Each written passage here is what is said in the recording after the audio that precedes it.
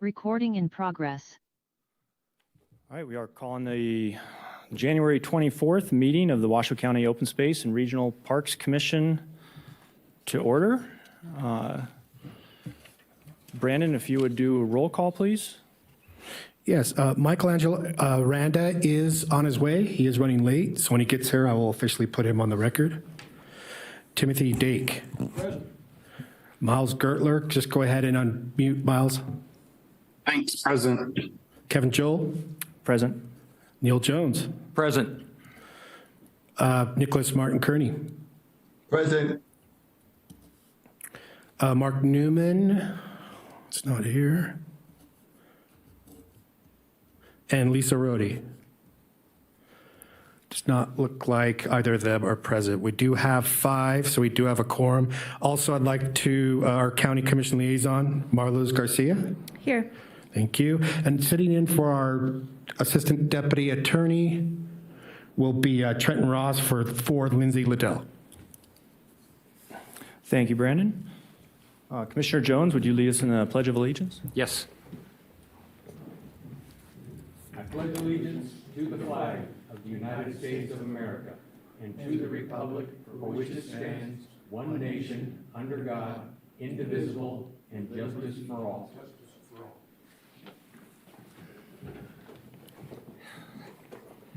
All right, Brandon, do we have any general public comment?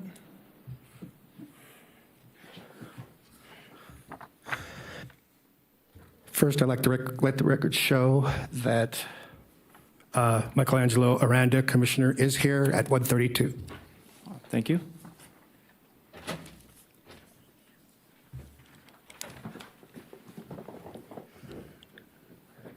It does not look like I have any public comment in chambers, and I have no hands raised on Zoom. Oh, I do need to also read the Zoom disclosure. Members of the public may submit public comment by attending the meeting via teleconference, by logging into the Zoom webinar and utilizing the raise hand feature during any public comment period. To provide public comment via telephone, please press *9 to raise your hand and *6 to mute and unmute. Thank you. Item number 4, approval of the agenda for the Open Space and Regional Parks Commission meeting for today. Do I have a motion to approve the agenda? Commissioner Dake, I motion that we approve this agenda. Thank you. Do we have a second? I'll second. Second, do we have any public comment? It looks like no public comment in chambers nor on Zoom. All those in favor of approving the agenda signify by saying aye. Aye. Aye. Any Aye. opposed? Hearing none, motion carries. Item number 5, approval of the draft minutes from the Open Space and Regional Parks Commission meeting from November 29th. Do we have any additions or corrections or a motion to approve? I had a question on section 11, I think the third paragraph, regarding the Board of County Commissioners accepting $1.1 million grant for Tahoe Regional Planning Agency. I guess I didn't remember the bike trail from Incline Village or to Incline Village. It states a bikeway from Tahoe Trails to Incline Village. And is that correct, or was it to extend the existing East Shore Trail to Spooner Lake? I guess is what I had in my mind. That's my recollection of that was assisting with the planning of Spooner Lake to Sand Harbor. And I don't know what the Tahoe Trails reference is. I can verify via the meeting. Okay. Thank you. And then I'll just send any updates that are needed to Chair to decide. Okay. And then I noticed, and Miles may have noticed this as well, but I noticed his last name is misspelled. Commissioner Gertler. Thanks for that, Kevin.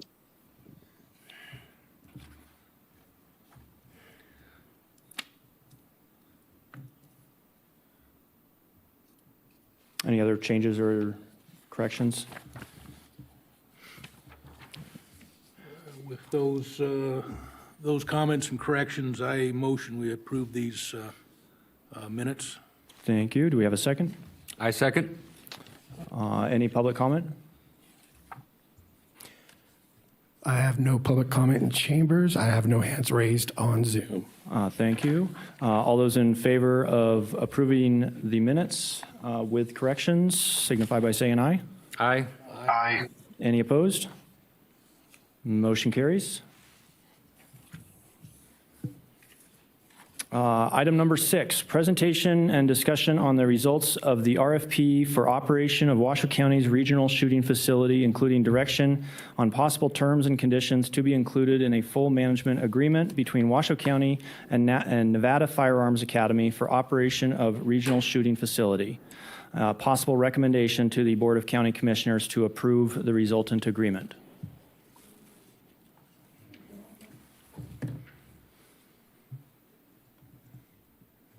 Good afternoon, Commissioners and staff. Colleen Wallace-Barnum, Park Operations Superintendent for the record. I'd be happy to introduce this topic and go over the staff report in addition to kind of digging in just to a few high-level items on the draft agreement that you all have before you today.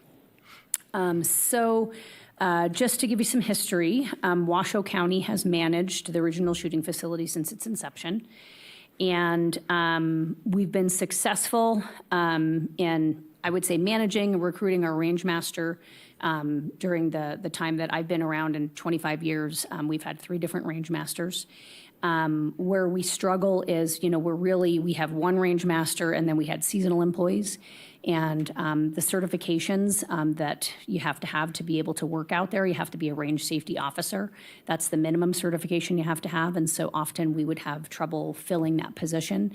In trouble filling those seasonal positions, we then had to rely on volunteers who also did have to have that certification. So anybody who was out there, whether they were volunteering or paid, had that range safety officer certification. So back in 2011, we attempted to go out to a request for proposals for full management of the range, and it was unsuccessful. We did not have any bidders and didn't continue with the process. In May of last year, we had gotten retirement notifications for both of the staff that were out there. Just to make you aware, so we went from one full-time range master in addition to seasonal staff. We then hired a part-time range safety officer and then eventually made that position full-time. So we were trying to staff it better and do lots of things to be able to help with the management of the range, and we weren't finding that any of those solutions were benefiting us. So once these retirements came up, we figured it was a good time to maybe go back out to request for proposal for a full management agreement. And so we went out in, let's see, I think it was in June. And so let me go back, sorry. Since we knew we were going to go for a request for proposal, we figured we could operate the range with temporary staff. So we were able to hire a temporary range safety officer and a temporary range master. We had a gap of about a month. So some of you may have heard in the news, the regional shooting facility is closing down to the public. So I'll go over kind of the different parts of the range, but there is a public range that's open during operating hours, and those operating hours were Friday, Saturday, Sunday, and Monday.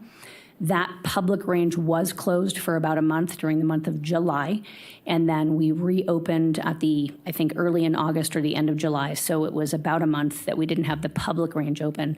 But the specialty ranges that we have groups reserve, those were all open and operating, and I'll get into why those were able to open and operate. But we had a temporary range safety officer in addition to a temporary range master, and they are currently still out there right now operating the range. And we'll do so hopefully until we're able to negotiate this agreement. So we went out to the request for proposal, didn't get any successful bidders in June. So we thought, oh goodness, are we back in the same spot? We had a meeting with many of the range user groups, in addition to longstanding people who've been out there for decades, and had some real valuable feedback on why we didn't get any proposals. So we tweaked the request for proposal information, put it back out, and did receive one successful bidder.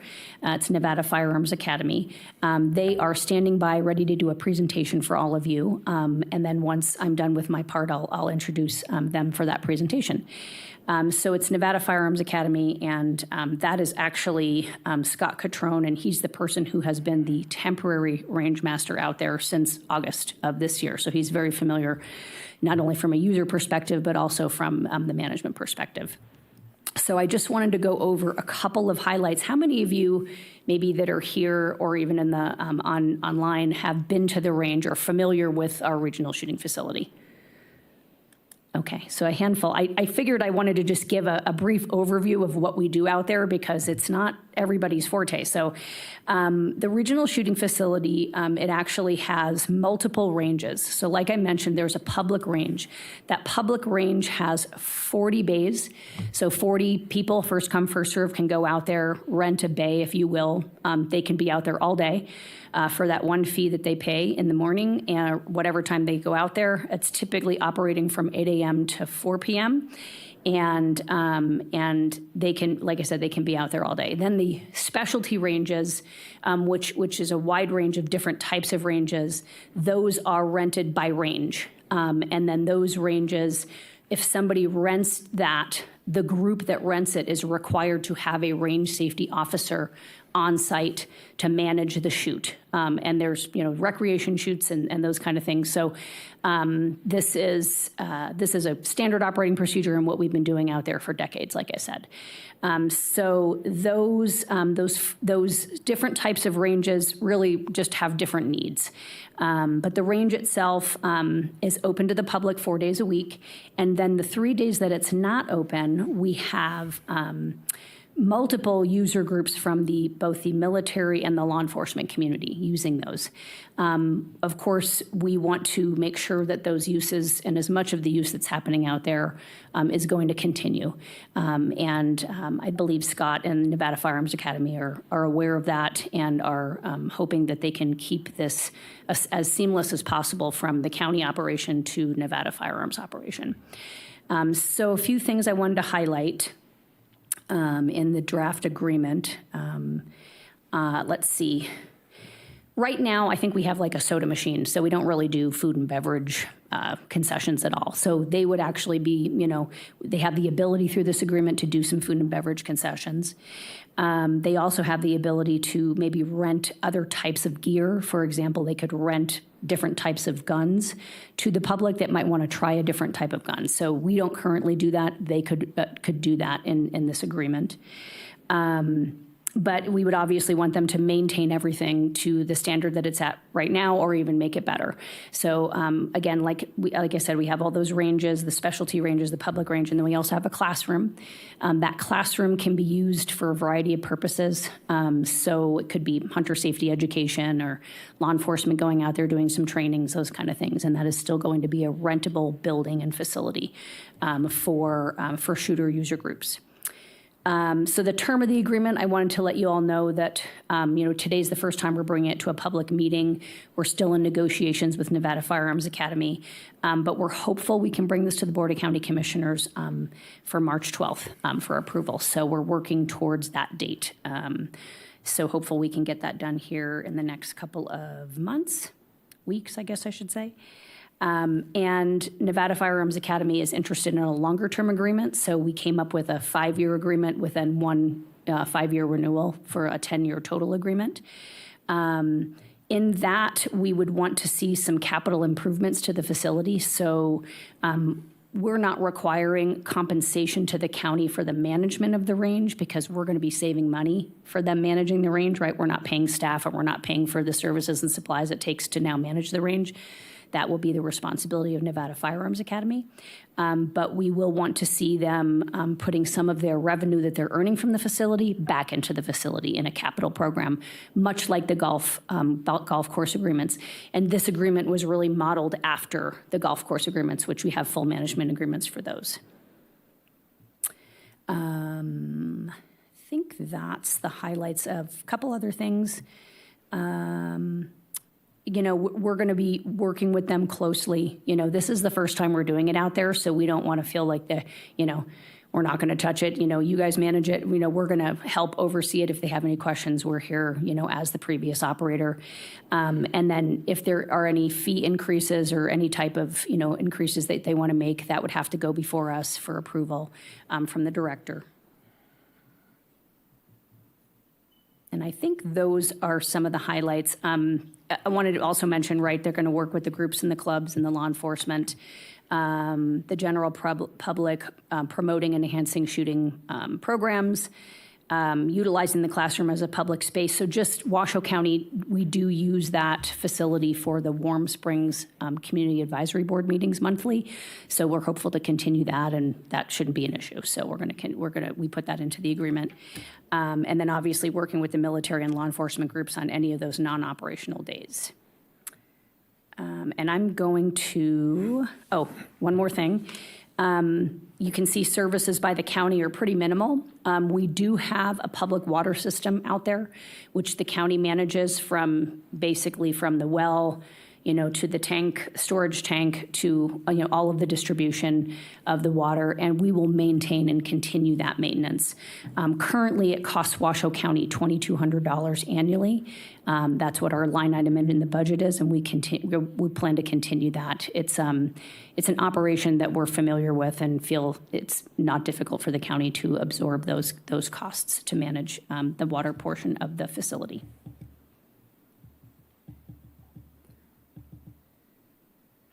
Okay, I think that's the highlights I wanted to go over on the agreement. Obviously, everybody has an opportunity after the presentation to ask questions. Please get clarification on anything you're unfamiliar with. But I would like to introduce Scott and Michaela. They are the owners of the Nevada Firearms Academy, and they are ready for a presentation. So I will leave it to you, Scott and Michaela. Thank you. Fantastic. Can you guys hear me okay? We Yes, I can. Thank you very much for having us. I did have a presentation put together on a thumb drive that Aaron brought there because it was too large for us to send. I don't know if that's available. If not, I'm happy to just go through some of the stuff that I wanted to share with you guys. Either way, I'm happy to do either. If you can just hold on one second, Scott. Yeah. Can we get the whatever screen he's sharing up on our screen? Yeah. You can do the presentation. You just need to share your screen. Oh, boy. And I also have the thumb drive actually from Colleen. So if you want, I can just do it on my end if that'll be easier for you. so, yeah, we don't have it open. The thumb drive's going to be easier. Where I'm at, it's not allowing me the data to discuss open some my... things with the commissioners. Go ahead while I get set up. Yeah, it's not letting me share my, not my share drive from here, so. Okay, so Scott and Michaela, it's, in the meantime, Brandon's going to bring that up for you, so you can just let him know when you need to advance the screen. So Sure. once you see the presentation on the screen, then you can begin. And I did Perfect. want to mention that Aaron Roloffs is the person who handed me the flash drive. He's the temporary range safety officer who worked out there since July, and he is actually also now a Nevada Firearms Academy employee. So he's going to help with that seamless operation. So we thank him very much for being that temporary person who helped us get us through these, kind of bumps in the road during operation until we can get it under full agreement. Thank you, Aaron.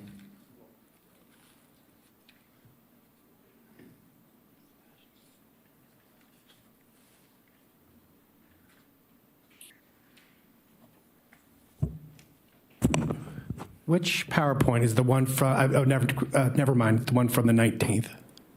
There you go. Yeah.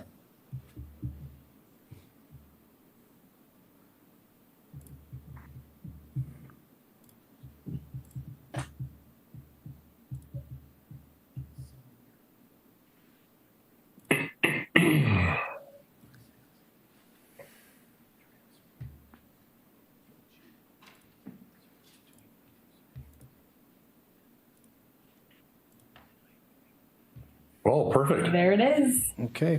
Just, And I will, just switch slides and I'll go ahead yeah, and forward it for you. perfect. I just want to, I just kind of want to share with you all who we are, kind of what our vision is. what we're doing so far in the community and what we look to do with that facility. So with that, you can go to the next slide. That's fine. Open this up so I can see the next slide. So we really pride ourselves on being community. And first off, let me apologize for not being there. This is important to me, and I did want to be a part of this process. But we are also at SHOT Show currently, which, if you know anything about the industry, the SHOT Show is the gun range, gun owner, gun kind of largest industry event worldwide. So too close to home for us not to go. And with this opportunity, really not a place we wanted to be, other than here helping us kind of put ourselves in play for what we're going to do with this facility as well. So anyways, one of the biggest things we're proud of is that we are Nevada's only all 5-star reviewed range and training platform. We've never had less than a 5-star review. We put our customers first, and we put our community first as well. So the next slide kind of talks about community, what we do in the community. Flip slides if you'd like. We work real closely with a lot of different groups. Diva Days Out, the Boy Scouts are a big part of what we do. Lots of blood drives, lots of radio promotions, lots of exciting things in the community that we can do, kind of driving back grassroots from site safeness and safeness within our community. And that's kind of one of those pieces in what we're most proud of. So the next slide is real simple. It's kind of what we offer. Bounce to the next one. Children are kind of our forte. We really like dealing with children. We know that children are our future. One of the biggest things we see with this current range is a lot of folks that have been in the community for a long time, that are very well established in the community, and they're not bringing youngsters out. And I'll be honest with you, this sport dies with us, right? So one of the big things we're focused on is driving education towards children, bringing children into the community. We offer the only training platform in the state that is free to children. It's called Avoid, Deny, Defend. It's a program we wrote with the United States Concealed Carry Association. It is free, no matter what age you are, from preschool to college. We don't have a preference. If you are in school, you need to know how to avoid a conflict, deny entry to a room if you can find it, and a last resort, defend yourself. Children are what we build our curriculums around, and children are what we're focused on. And we want to really drive that with this facility. One of the goals we're really hoping to do with this facility, if you don't know much about scouting in our community, for the last 50 years, we've used Camp Fleischman outside of Chester, California for the Nevada Area Council. Camp Fleischman burned about 80% of the camp last year and a half, 2 years ago, I guess now. There is no more camp at this point. Kids are going out of the area. We've lost the opportunity for a lot of people to earn merit badges, and some of those merit badges are rifle, they're black powder, they are archery, they are things that are very easily done there. And there's a couple others that we can add very simply. Orientation, right? We can set up an orientation program where a scout comes out, learns how to run a compass, and goes from point A to point B. Our goal would be to make this not only a range, but a community-driven place where kids can go and learn all sorts of skill sets that help you kind of better yourself with the Boy Scouts and with the Girl Scouts. Next slide, please. Our women's curriculum is another key focus for what we do within the range. We find that if you've ever been to a gun store, it's a terrible experience, especially if you're a lady. It's traditionally run by guys that are a little overbearing, a little staunch, if you will, and they're not very welcoming. This facility you're looking at here, this is our indoor range. We're at 9425 Double R Boulevard. If you haven't been out, come take a look at what we're doing. Michaela runs that for us 7 days a week, essentially, and it is female driven. We want people in our facility that don't know what they're doing, or have questions, or have concerns, or just want to work on training. We don't consider this a place where, hey, come on out and play. Come out and train. Come out and look at what we're doing. So that's another huge piece that we're excited about, looking to drive to the other side of town. So one of the wins with us is that we're out South Reno. This would give us a northern piece to touch a lot of folks that are in Spanish Springs and other areas in that regard. So next slide, please. We are, to my knowledge, one of the few ranges, or the only range in this area anyways, that offers medical training. A lot of the TC3 care, the TIMS care, a lot of the stuff that we deal with, that we teach at our facility, will be brought to the outdoor facility as well. Some very simple classes that are just stop the bleed, some classes that are more advanced, a lot of great curriculum for some folks in our community. A lot of this we offer for free. We used to do a free tourniquet class because I'm a firm believer. My background is combat casualty care and teaching and training that. We believe that if you can slow the bleeding down, like in our area where you guys are currently, you're 3 to 5 minutes from getting first responders there. Someone can bleed out in 5 to 7. If you can slow the bleeding down, you can save a life. We used to do free tourniquet classes. Then we would see people down the road and go, "Hey, where's your tourniquet?" "Yeah, I never actually got one." Okay, so now it's a $40 class and you get a free $40 tourniquet, but at least there's people in the community with tourniquets. So next slide, please. We've also, at our indoor facility, added the Nevada Archery Academy. One of the big reasons why we had to leave town and come down to this SHOT Show, this is the first year that SHOT Show has actually had an archery side, and we desperately wanted to be a part of that, wanted to make a name for ourselves in this particular genre, if you will, and we're very proud of what we have. 17 lanes currently, 20-yard archery, which is considered Olympic archery, and we're servicing the community, and it's been much bigger than I thought it was going to be. Our guy that runs archery forces worked with me for about 20 years. Very avid archer, was the UNR archery coach for many years. These archery folks will shoot archery 4 or 5 times a week. So excited to get them an open air archery platform out there. I know that the county has the facility out in Lemmon Valley set up a little bit like disc golf. Something they're looking for that they don't offer in this area would be some, and I don't know the terms, forgive me, I'm not an archer, but more of an open air, straight field archery type of ability to train. So we're excited to see something like that as well. Next slide, please. Thank you. We are a huge train-the-trainer facility. We teach and train out there. We have been focused on getting other people to the level to make themselves trainers in our community for about the last 15 or 20 years. We're very excited about that and very proud of getting other folks delivering the right message. We find sometimes that the trainers that are out there in the world today are not necessarily at the level they need to be, and we're excited to help fix that and excited to bring it out there to that facility. Next slide, please. Just simply want to go over what we intend to offer.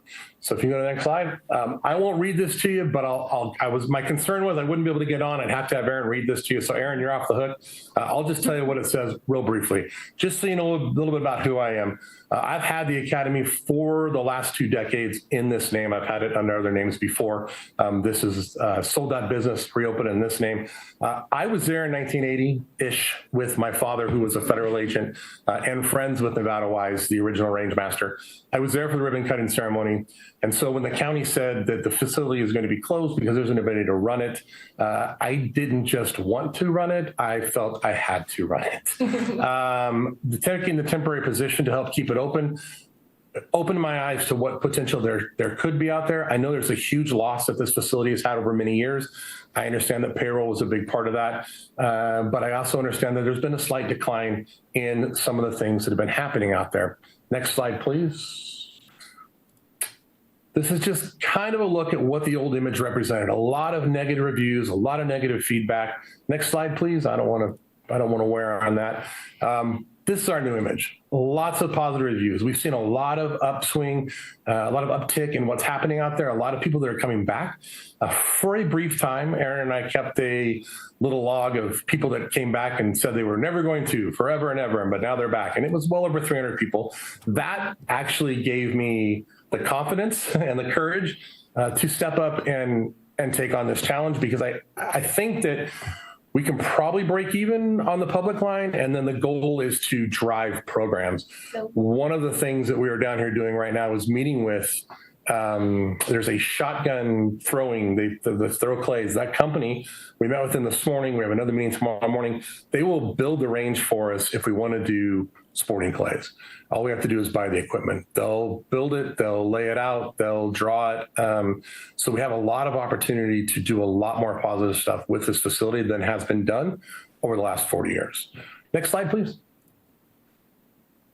This is some of the old look, some of the things that were out there prior to us getting there, and some of the things we're going away from. So next slide, please. On my phone, the next slide didn't open on my phone. There you go. We've added, I think Aaron and I tried to do a count the other day. I think we've added 15 new targets out past the 300-yard line. We've changed the target design. So that plate you're looking at there is a 14 by 14. Traditionally, the MOA on that plate at 300 yards should be a 3-inch circle. That is what guys that shoot well and want to get better, look for. We've now encouraged that, and we now paint these steels every day, every week at 3, 4, 5, 6, and 7 with a 3, 4, 5, 6, and 7-inch center to let guys really come out and train.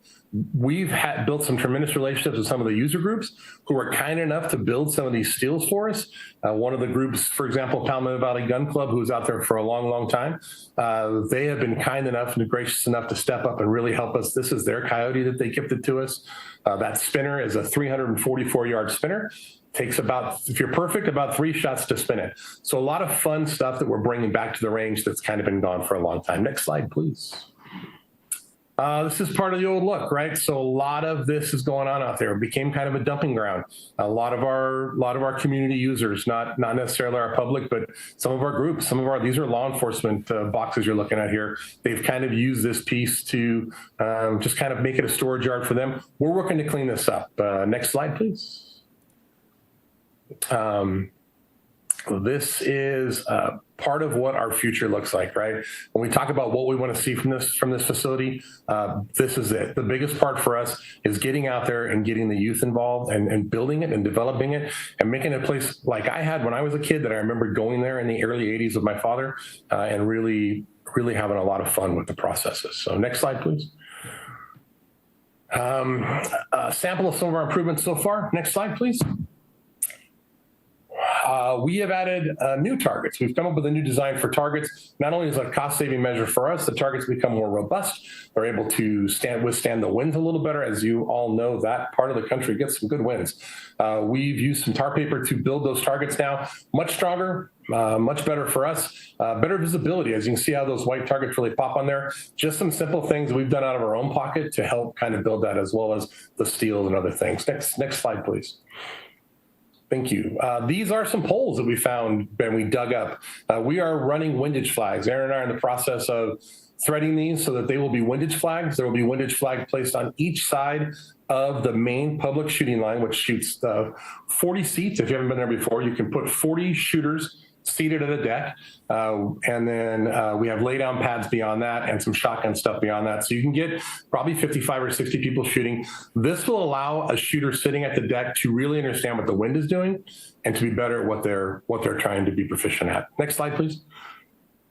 We added a weather station, something that's never been out there before. This particular weather station, by the way, this is Nevada Firearms Academy has paid for all of this stuff out of our own pocket. This is not coming out of the county. This weather station can be seen from your home. You want to see what the wind looks like before you come out. You want to know if it's raining where we are. You can log into our website, find this particular address. It pops right up as the regional shooting facility. You can check it and come on out and shoot with us. We have seen a tremendous bump in people coming out because they are able to look at it and go, oh, we know there's not going to be wind until 11 o'clock, we're going to come early and shoot. So next slide, please. Prone. Aaron and I busted our tails and built 2 fantastic prone areas where shooters can lay down prone. I remember my first week there, Aaron had a ton of experience with the facility, and somebody showed up and said, I want to shoot prone. And Aaron said, okay, down there. And he pointed to the rock bed, and I said, where are they going? And he said, in the rocks. I said, that doesn't work for me. Aaron and I built this, and we have had tremendous response from the community. Some shooters that come up from the Bay Area are extremely excited about this, giving them a nice facility to shoot at. What they're telling us is it's one of the nicest within, from the Bay Area to here for sure, nothing in between, and we're seeing them as return customers. Next slide, please. We've added community information stations. This was a board that was posted over by the bathrooms, behind the trailer and classroom. It had a sign on it for missing dog about 6 years ago and wasn't being utilized. We brought it, we refreshed it, we put new locks in it, we put it on the firing line, and now we have a place where community comes and posts things that they're interested in, classes, training, updates, CPR. Some regular customers out there, Sierra Firearms Academy is one of them. They have flyers in here now. We are really focused on driving community. Next slide, please. We've added the first handicap decks. There were never handicap decks out there before. Aaron and I sat down, got a template together, and created a couple of handicap decks because we do have some handicap shooters, and we want to make sure that we're able to accommodate them and give them a place where they feel comfortable. Next slide, please. This is something we're working on with the Sheriff's Department. This is Noah Boyer from the Washoe County Sheriff's Office. He runs your bomb squad.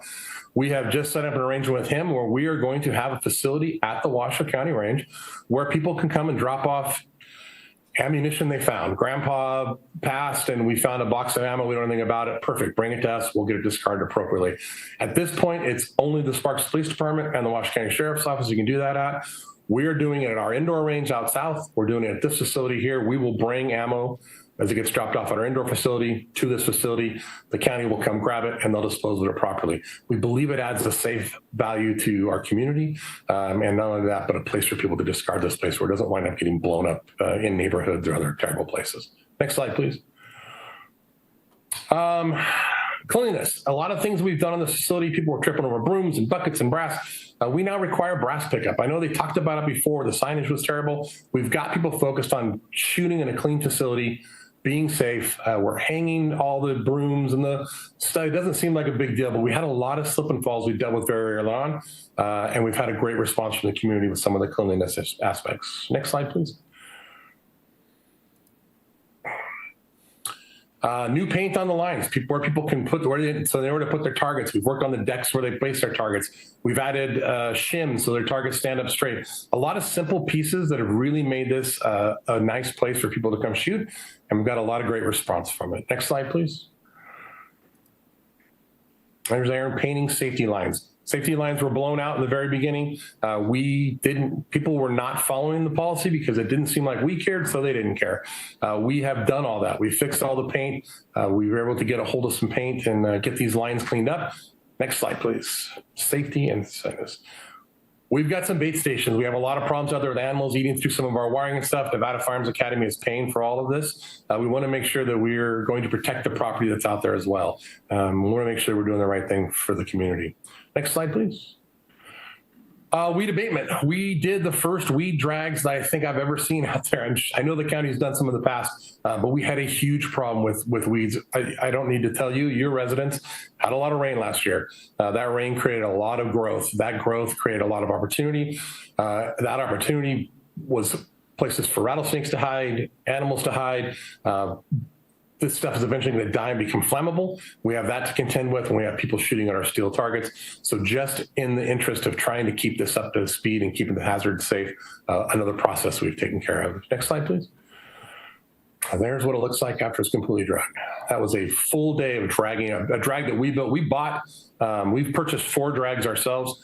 We've built a 5th on top of it, just trying to get this to look as it does today.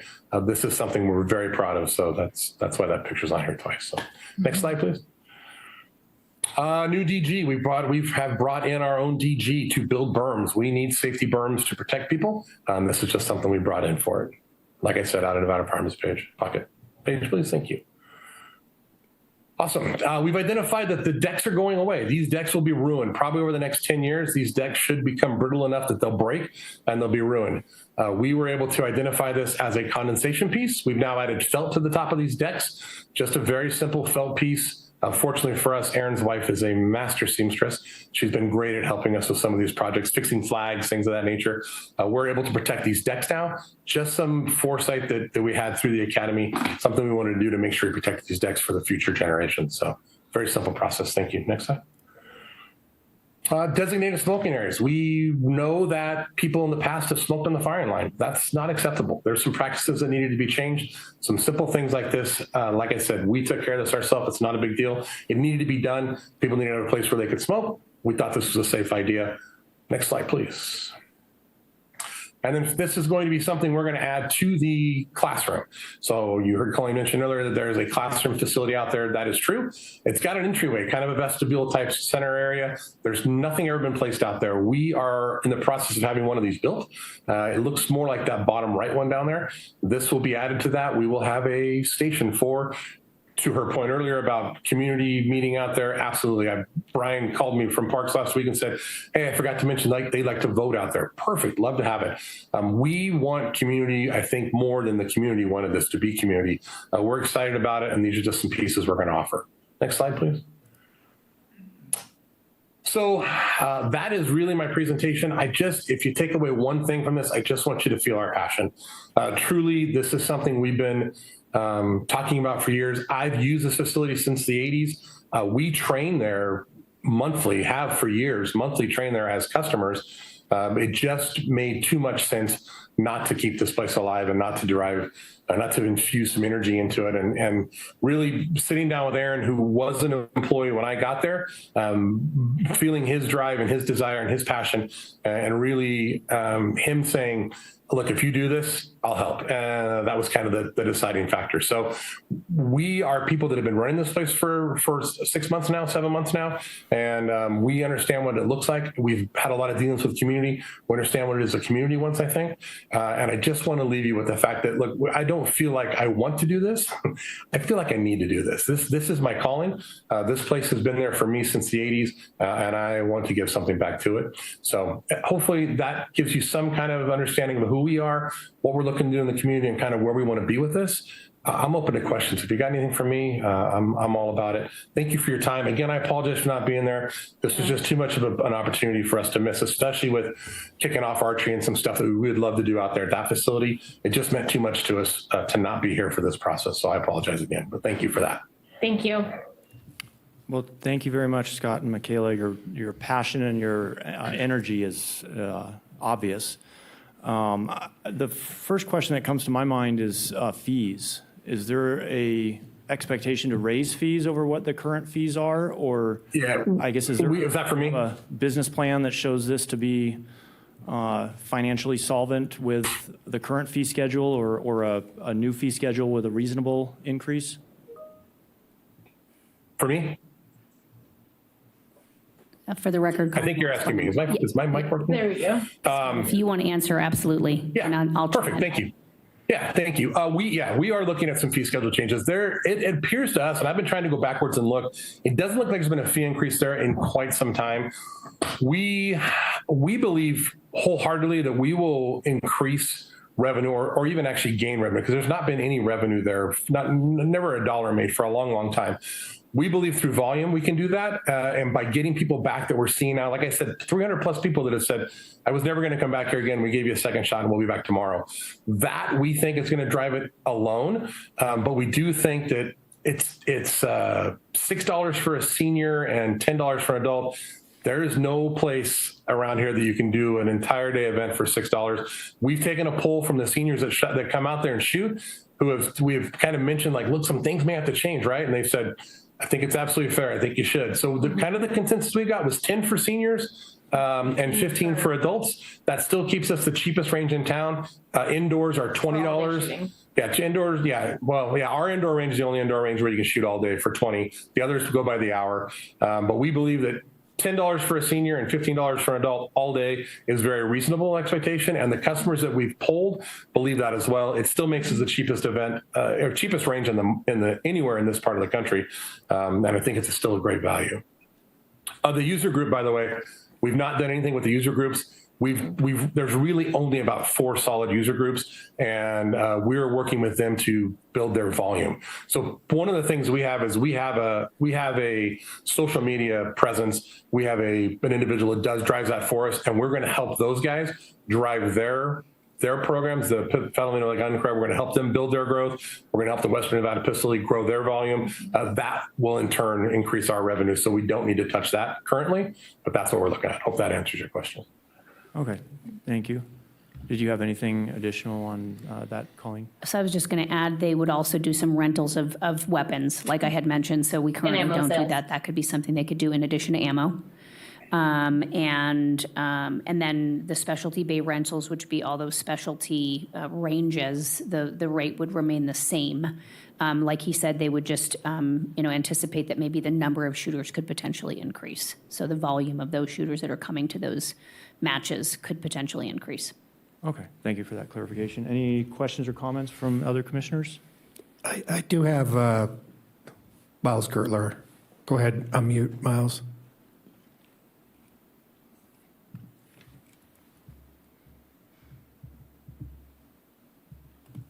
Miles? Sorry. Okay. Yeah, sorry about that. Struggling with First and last name for the technology. Yeah, for sure. Miles Gertler for the record. And thank you guys for that presentation. It was thorough for sure.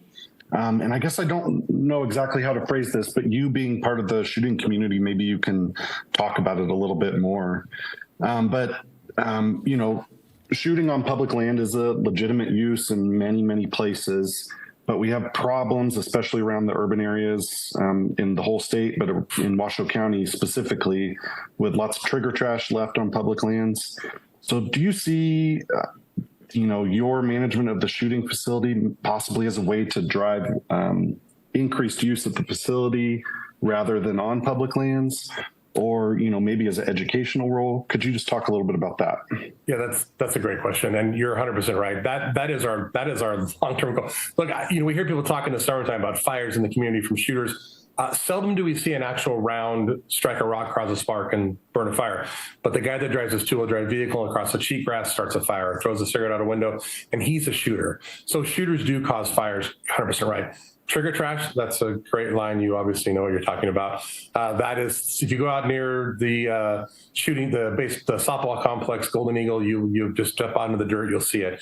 We do hope that by encouraging these, one of the problems we've seen is people have dissipated from this facility and gone other places, and we want them back. When they come back to our facility, and like I said, we're seeing that to the tune of 370 plus in the last 6 months, that's going to eliminate or greatly decrease A, the opportunity for fire in our community, B, the trigger trash you're seeing out there. And just by offering that customer service piece and bringing these guys in and being firm but fair with people and helping them get better at what they're doing, I think is 100% going to drive that process. Yes. We're also going to offer, which I failed to mention, and thank you, Colin, for bringing it up. We have an SOT, which is for suppressors and such and full automatic weapons. We will probably create some times where we will have the ability to rent those as well to drive people to that facility. That will encourage people to come out. We met with Glock this morning. They want to do a Glock day. We stumbled across a distributor, manufacturer of guns out of Dayton that wants to have the range to himself for a full weekend. They're a certain set of bays to showcase their weapon systems. So we're seeing a lot of opportunity to draw people to that facility and out of the hills. Yeah, so I hope that answers your question. Just as a follow-up, how much do you think the fees are part of the reason so many people are out on public land shooting versus just wanting to have a more private space? I don't think it's fees at all. I would say it's 1% fees. It's not here's the deal. If you can afford $1,000 pistol, you're not mad about paying $10 to shoot as a rule. Yeah. It's a safe environment. And I think us adding the safety aspect of it and the fact that people know that the cops aren't going to roll up on them and have them arrested because maybe they wandered across a congested area boundary that they're not familiar with. I think there's a lot of confusion about congested areas currently, and it just makes it easier to come to this facility where you're safe, you're doing the right thing. Everyone's shooting the same direction. You have somebody like Aaron who says, guys, cease fire. We're going to clear the range. Now we're going to service targets. I think that brings a comfort value to folks. And I think that's what we're seeing the increase in currently. Yeah, and maybe you can help educate people about the congested area rules that are already in place. Absolutely. I think that'd be great. We have hung some signage. We've done some posting for sure, especially in that area, because that area used to be very popular for shooting. And a lot of that area has changed currently. And we're trying to explain to people, don't go that way. Just come over here real quick. We'll take care of it. So yeah, to your point, 100%. Okay. Thank you. Yeah. Thank you. Scott, I have one more question for you, Commissioner Joel, for the record. Since you guys are a business and teaching some of these classes, my understanding the range is used by some other businesses teaching those same classes. Would there be any competition issues? Like, would you not allow a potential competing instructor business to not allow them to use the range when it's under your purview, or do you have a commitment? Never. And I love that question. And you're not alone. The other people that teach out there. Same question. I mean, it's funny, when we built that community board, they were like, hey, do you mind, what if we hung a thing in there for, that's why it's there. Please hang your stuff. I believe commerce builds commerce. Their students aren't my students aren't their students. I just want people to learn. And I tell all my students in all of my classes, you don't have to train with me, just get trained. So we drive that training throughout everyone that's out there. We are friends with all those folks. We don't have anything bad to say about anybody. And I believe if you ask around, probably no one has anything bad to say about us, because we just don't step out and do that.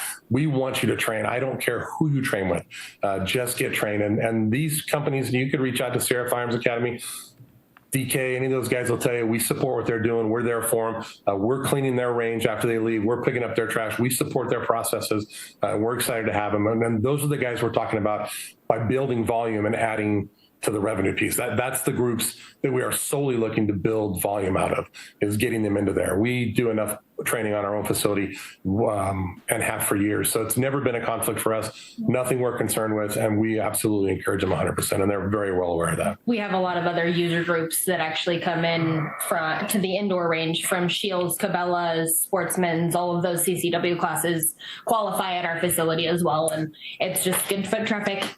It always just brings in other people. Yeah, if I'm being honest, the great level of our success is by other instructors. So it would really be shooting me in the foot to do something crazy like that.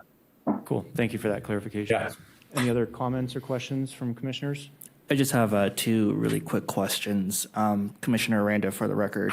One for you, Scott, and then also one for Superintendent Wallace Barnum. So first, the basic problem that we're facing, obviously, is the staffing of the range, also the upkeep. So first and foremost, thank you, Scott and Michaela, for taking really good care, and Aaron for taking really good care of the range and footing that bill. It's amazing. I'm excited to take my son there to see the improvements and see how that goes. But with that going forward, do you have any worries about staffing, or what does your staffing plan look like for the next 5 years to ensure that the operations continue?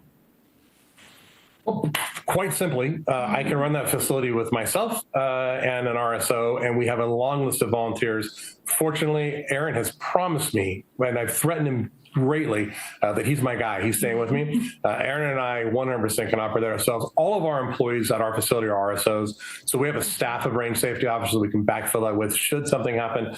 Aaron takes a sick day or goes on vacation. We have plenty of staff in place to stay on current on that. The beauty of this facility, as big as it is and as much as it has to offer, only a small portion of it requires us to stay on top of it. So as you heard earlier, there are other areas that are open. There are 12 training bays to the west. There are 2 training bays to the east. There's Palomino Valley Gun Club uses a silhouette range. They use a small bore range. There's 1,000-yard range. Those facilities all are required to bring their own RSO, their own training, their own insurance. They name the county, they name us as an additional insurer to protect all of us that are at play here, and they're responsible for those actions on their own. So the 40 decks that you see in the prone positions in the shotgun pad that are in that public area, that's what we're responsible for.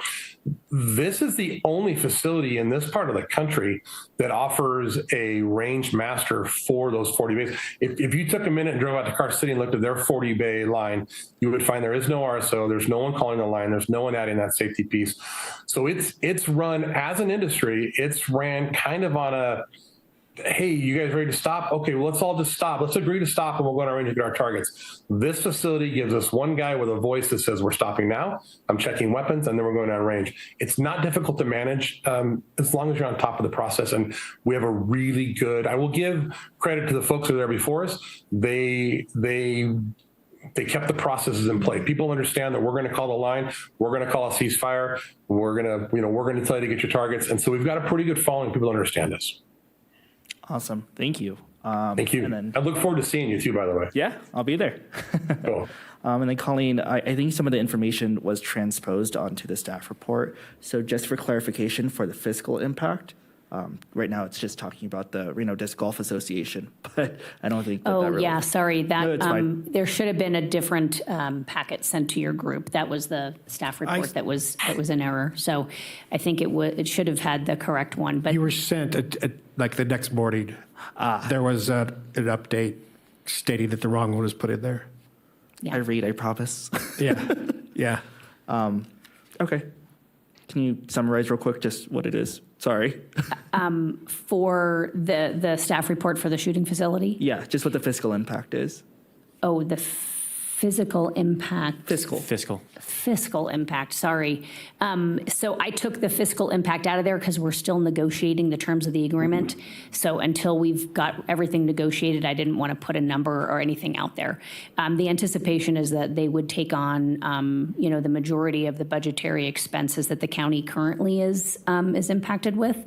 And the only impact we would maintain would be the cost to run the water, the public water system out there, which is roughly $2,200 annually.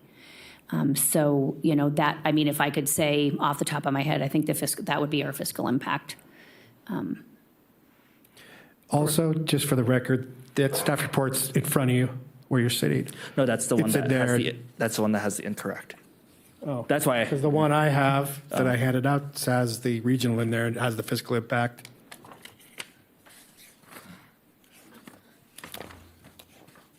It's Believe right after the that's- draft minutes. I got the unlucky one, but I stole this one, so we're okay. Oh, I believe that my copy also references the Disc Golf Association, Okay, RDGA. okay. interesting. That'll come in the next meeting, so that's preemptive. Well, you but should yeah. have, you should have gotten you should have gotten it in the email anyway the next morning. Okay.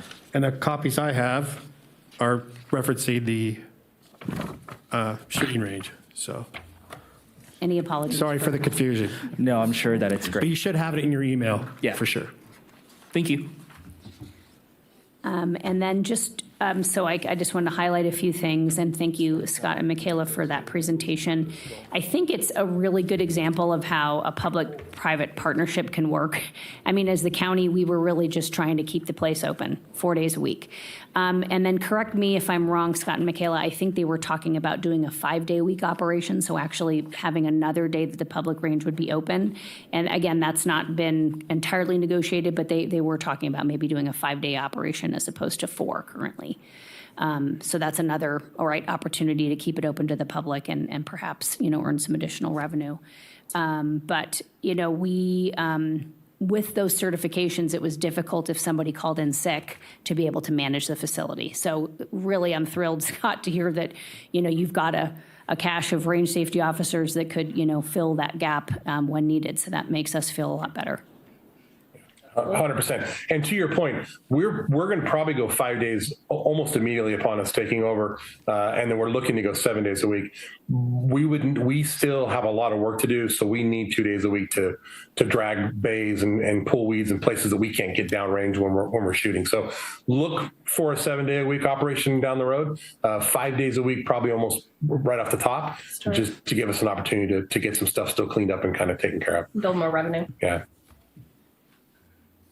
Since the, I guess the fiscal exact amounts are still in negotiation, do you happen to know what the current expenditures versus income is in the county operation of the range, or I guess, I'm sorry, so maybe last year's? I can pull up the prior to budget. May. I can tell you we haven't been, the county has been subsidizing the facility for a long time. It should be in full cost recovery, but it hasn't been. So I can pull it up though. Let me just pull it up. So I have it here actually in front of me. Last year there was $157,355 loss to the property based on payroll and a lot of stuff like that. It's been going down. It was 49,000 loss in 2018, and it's progressively gotten greater. 49, 92,000, 116,000, 128,000, and 157,000 last year. And going forward with this agreement, that amount essentially would be zero? Yeah, we're not asking anything from the county. We're as crazy as it sounds, we're taking this on. I listen, I got to be honest with you. The 6 months that I've had to work out there has allowed me to do some math, and I think that we can build volume and at least make the payroll, right? Because I don't have some of the payroll expenses that the county have with PERS and some other things with full-time employees. That makes it a little bit easier right off the top. So those are some things that we're looking at and think we can support that. We've also got some companies that we can go to from what we do that the county probably didn't do before, right? So we're partners with the United States Carry Concealed Association.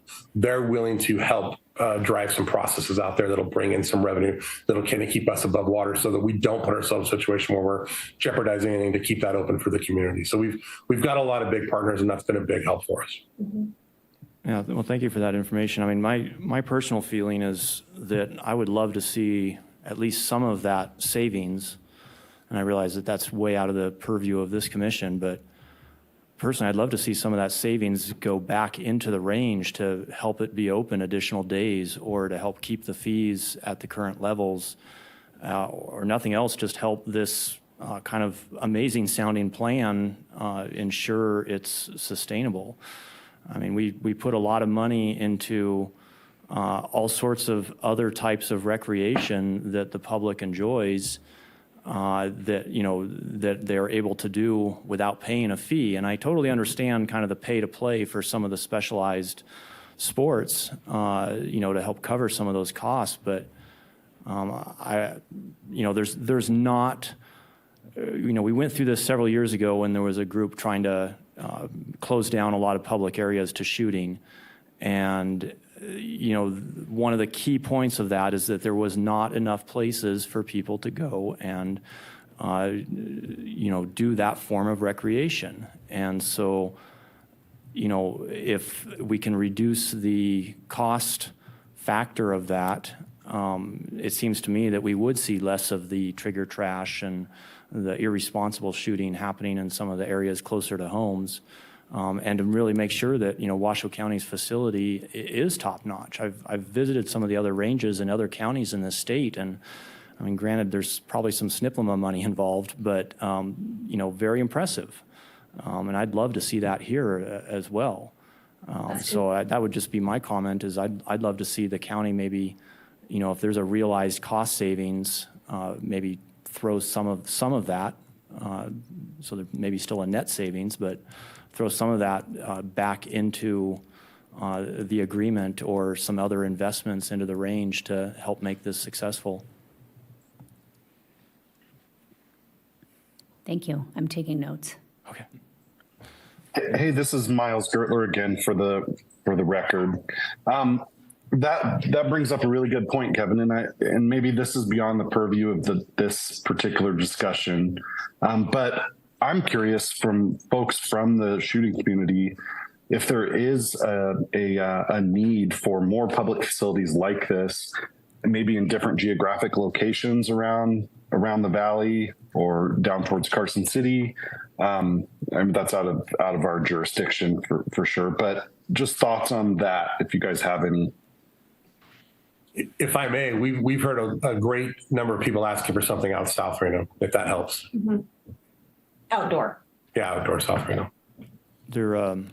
This is kind of totally separate, but there was a request from Washoe County in the lands bill in the first edition for some land in between Washoe Valley and Pleasant Valley for a future shooting range. Since that just got re-released, the updated lands bill last week, I haven't actually had a chance to look to see if those parcels are still in there. Did that make it through this round? Does anyone? I'm not sure. Yeah. I'm sure either. Okay. Any other comments or questions from commissioners? Do we have any public comment? I have, you, sir?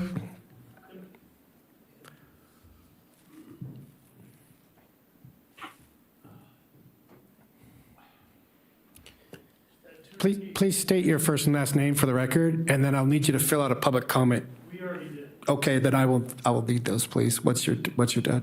Thank you. All right. And you have 3 minutes. Okay. I'm Bradley Stocking. I'm the president of Western Nevada Pistol League.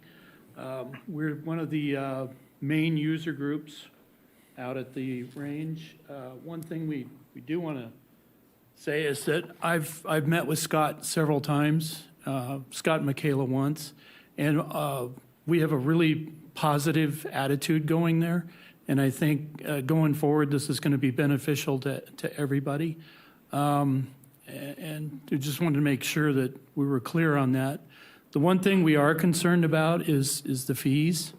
What was it, 2 years ago that you guys increased the fees, 20% for? Anyway, we went from $5 a shooter to $6 a shooter for the user groups. We're a nonprofit 501A, so I'm sure if you know what that is, that means that if we make over $50,000 a year, then we go into a much bigger category, and we basically are trying to keep this a small club, that we don't have to be a 501c and go through everything that entails. So the other thing we want to, the reason we feel kind of entitled to, some consideration on our fee structure, and I'm not only saying this for us, but for Palomino Valley Gun Club, is that back in the 1980s, both clubs spent a considerable amount of money building facilities. We built the facility that's on the east side of the range. They call it the IPSC or IPSC East Range. And then Palomino built the 1,000-yard line and the 600-yard line, which are the big shooting boards that are out there if you've ever been out there. And then they did an extensive amount of work on the West Range. So both clubs have pretty much developed probably more than 75% of that range. And we did it with NRA funds. We did it with funds from our clubs.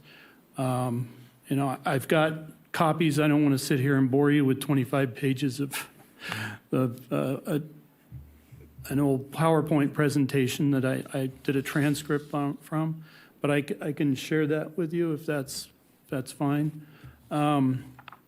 Anyway, I think our main concern is that we have been doing a really good job, I feel, taking care of our side of the range, and that we feel like we'd like to see our range fees remain the same, if not reasonably, we want them to stay the same. And that's something that Scott and I have talked about. So, and it looks like I have 3 seconds. So thank you very much. Well timed. If you do have a presentation, if you want to get that to Brandon, he can email it out to us. We didn't know where to leave Sure, yeah. stuff, so. Do we have any other public comment? We do. Sir, come on up. Kenneth Johnson, please state your first and last name for the record.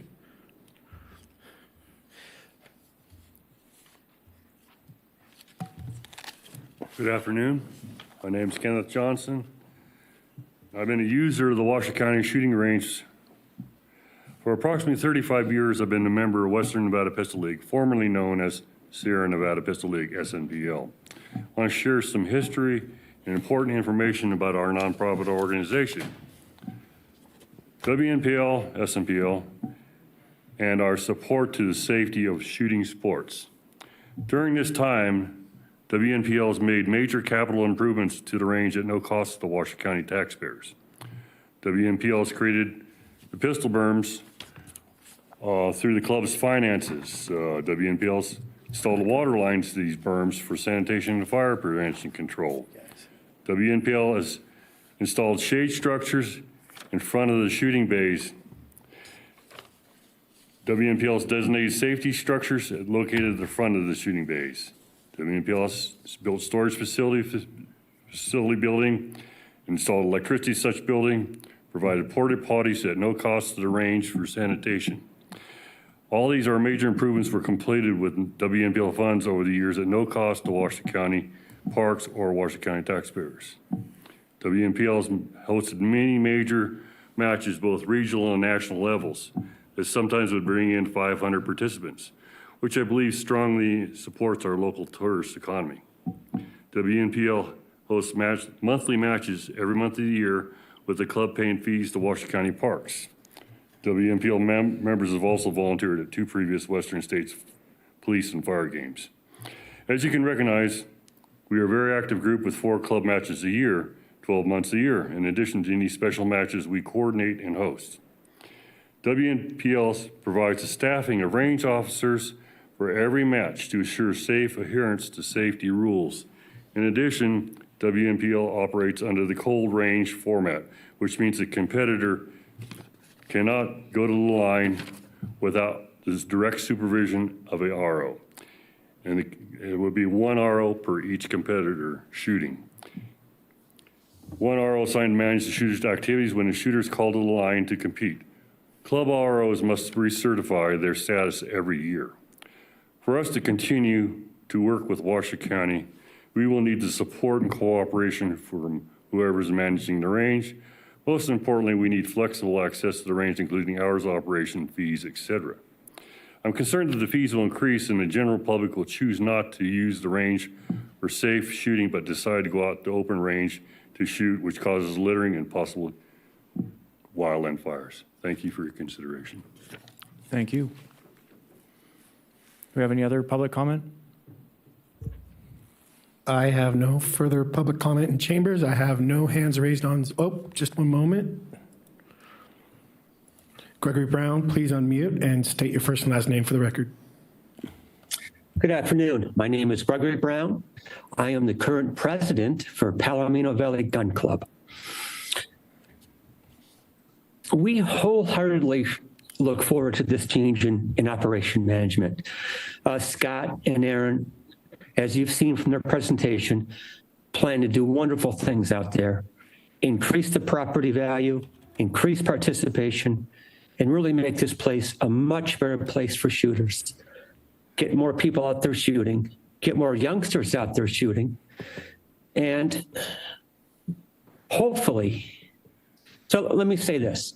Over the past decades, the county has done very little in terms of actually improving the Washoe County shooting facility. Very little. To keep that place safe, we need berms, we need safety systems in place.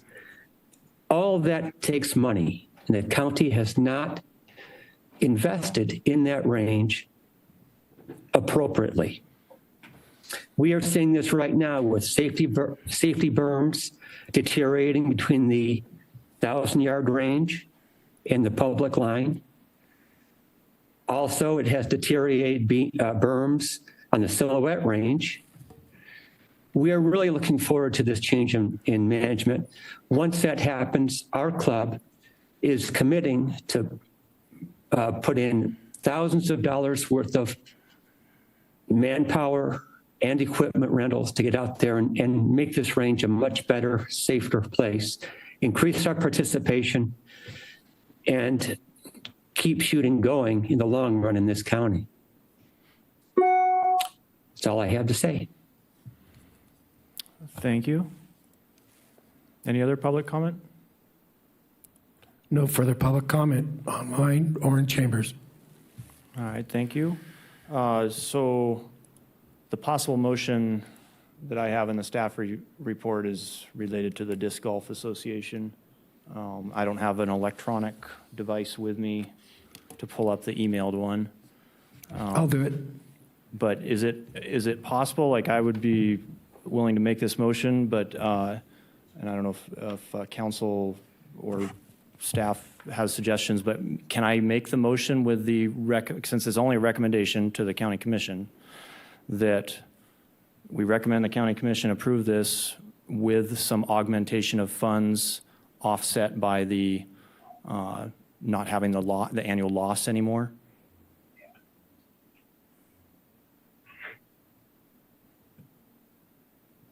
Trent Ross, for the record, you're free to make the motion. Is this just a recommendation? So the staff report's a recommendation to you. You don't have to follow that recommendation. You can make a motion as you wish.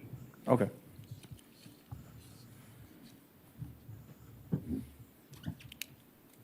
There was, for the record, Colleen Wallace Barnum, there was no recommended motion, so you can make a motion as Oh, there was no appropriate. recommended motion in this? There was not. Oh, okay. Well, nothing to read from. So I would like to make a motion that we recommend to the Board of County Commissioners to move forward with this agreement, and also recommend offsetting the costs of this with some funds from the cost savings, if that makes sense. And I'll let that be up to you guys to negotiate, but it seems to me that, if we're, saving $50,000 a year through this agreement, well, maybe a chunk of that could go back into the agreement for capital costs, consumables,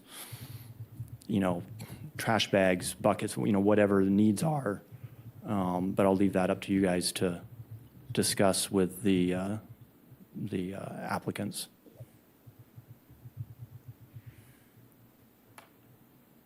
Is that a long and confusing enough motion?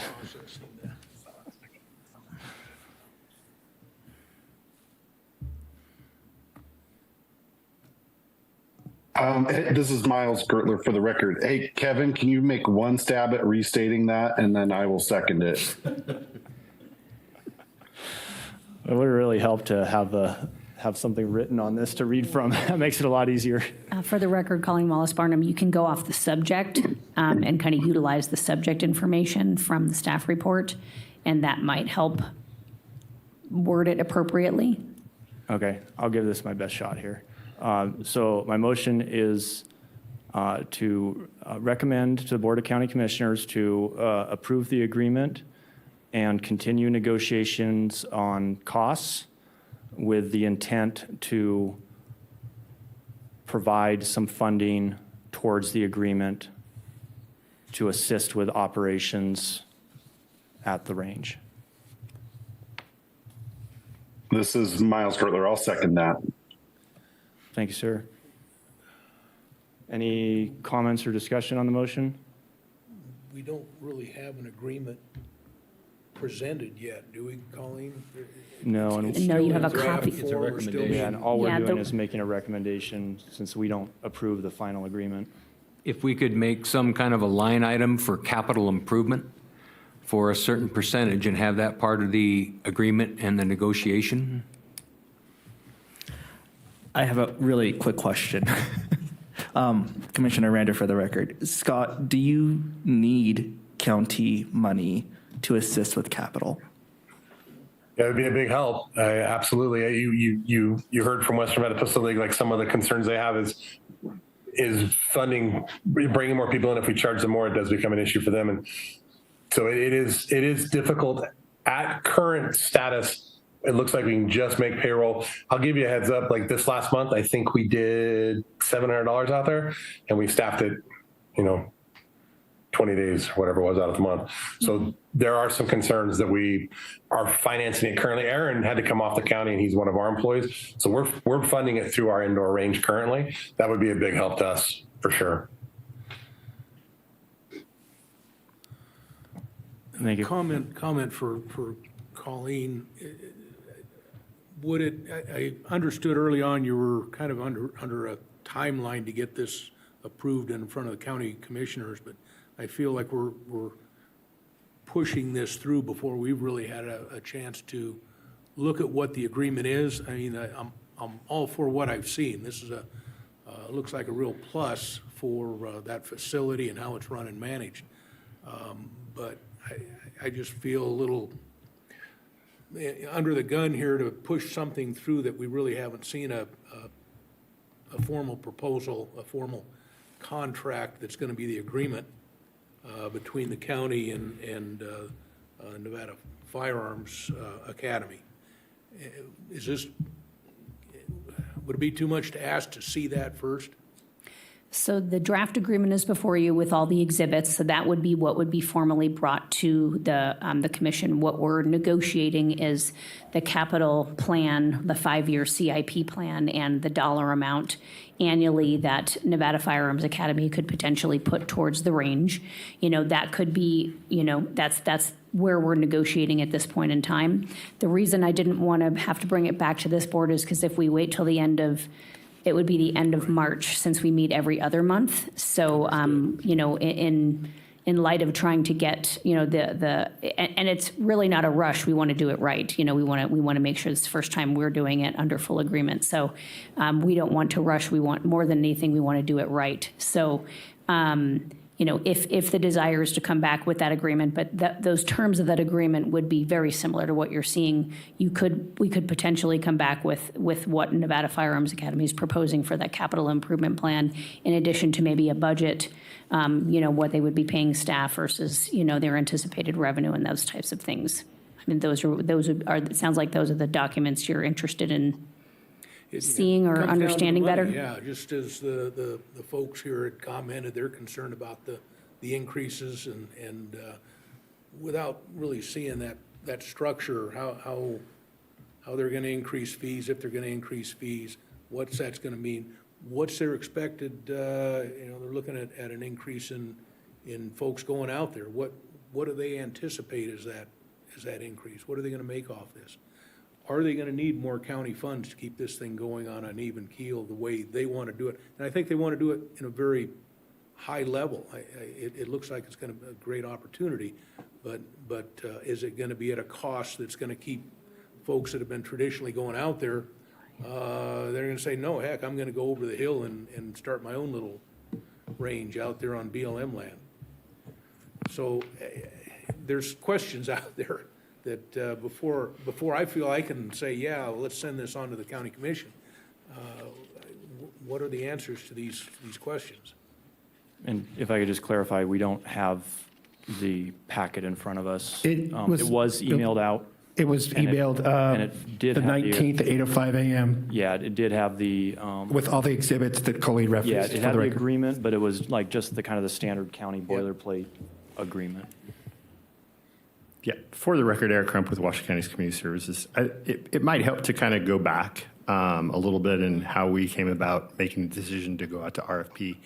And it really comes, obviously, Superintendent Colleen Wallace-Barnum, she talked about staffing.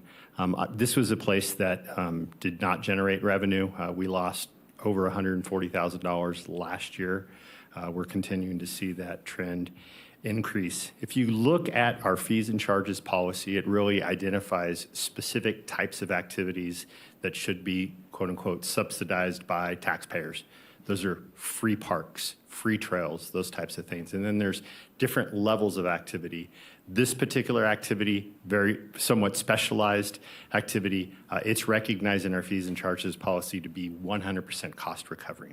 We're not able to do that as a public entity.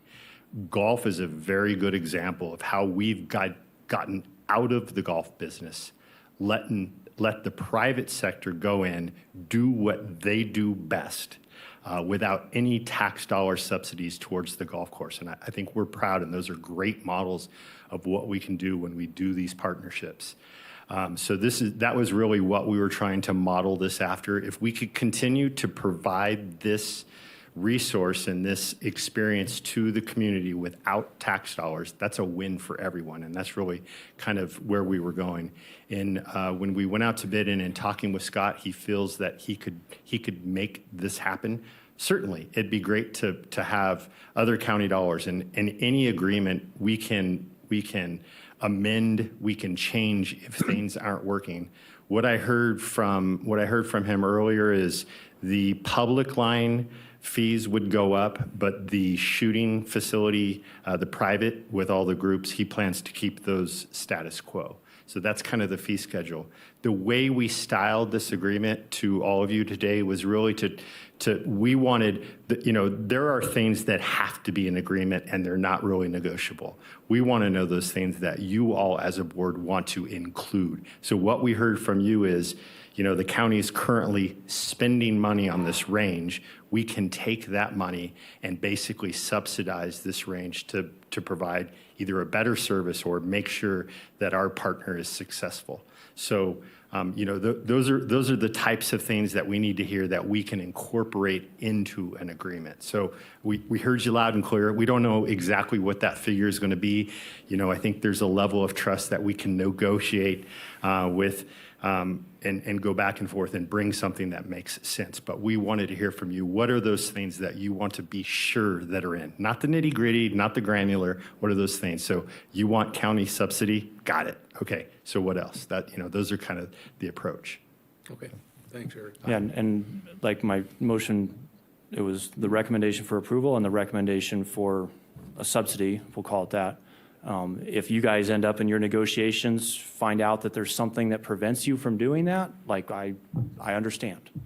But I wanted to put that out there, that I think it's deserving of support. And I totally agree with you on the, getting out of the golf business. But this is slightly different in the fact that, if people don't have cheap access to golf, they don't necessarily go out on public lands and play illegal golf, if that's a thing. So like this is helping solve other issues by providing this facility.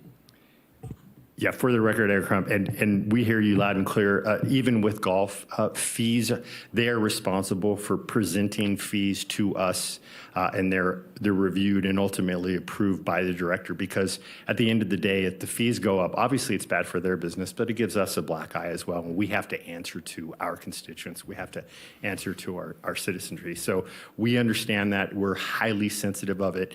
I think he's recommending a modest increase. I mean, honestly, $15 to do something all day, you can barely go to a movie for that. So I think it's still affordable. Let kind of the market play out. If he prices himself out, that's not good for his business either, right? So we have a motion. Oh, we still have a motion on the. Yeah, the motion's on the floor. table. And I wanted to add We're some in additional discussion on information that. if I could. So for the record, Colleen Wallace Barnum, Park Superintendent. We do have an opportunity for grants. So it is through this at the state level through NDOW. It's through some basically ammo sales.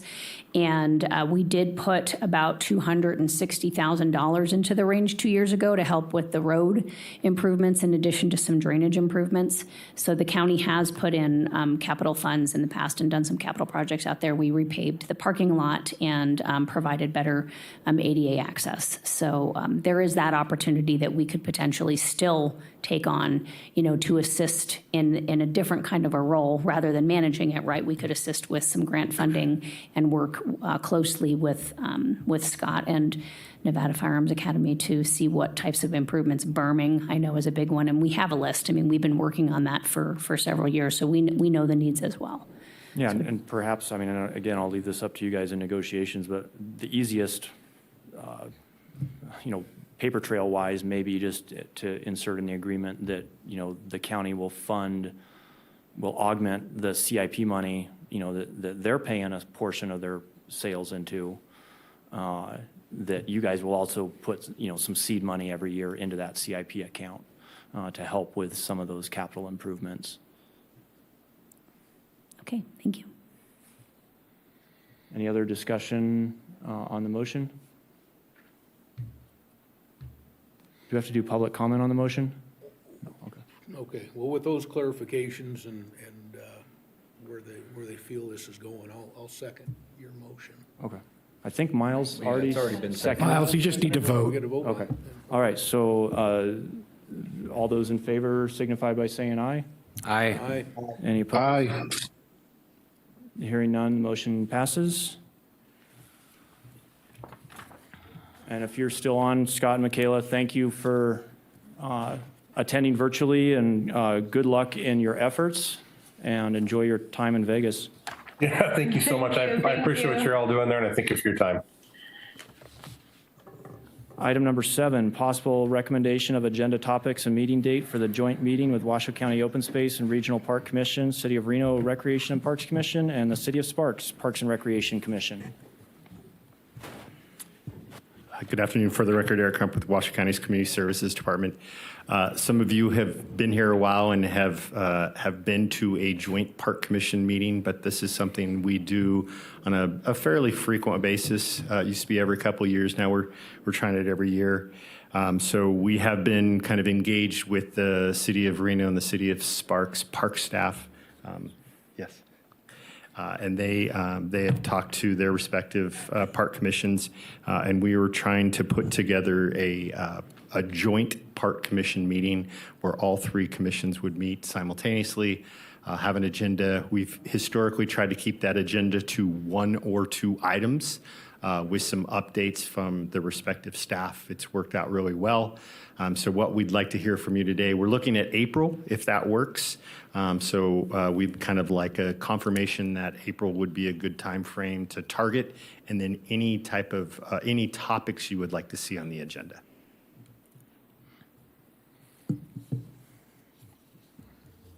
Well, the elephant in the room is, I guess, continuing discussions on the park district.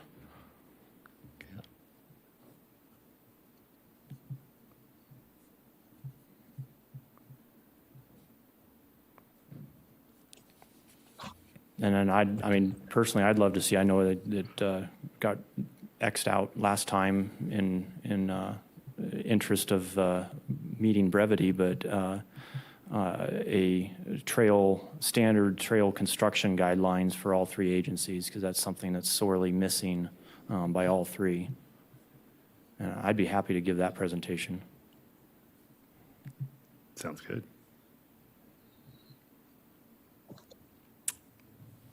Anything else?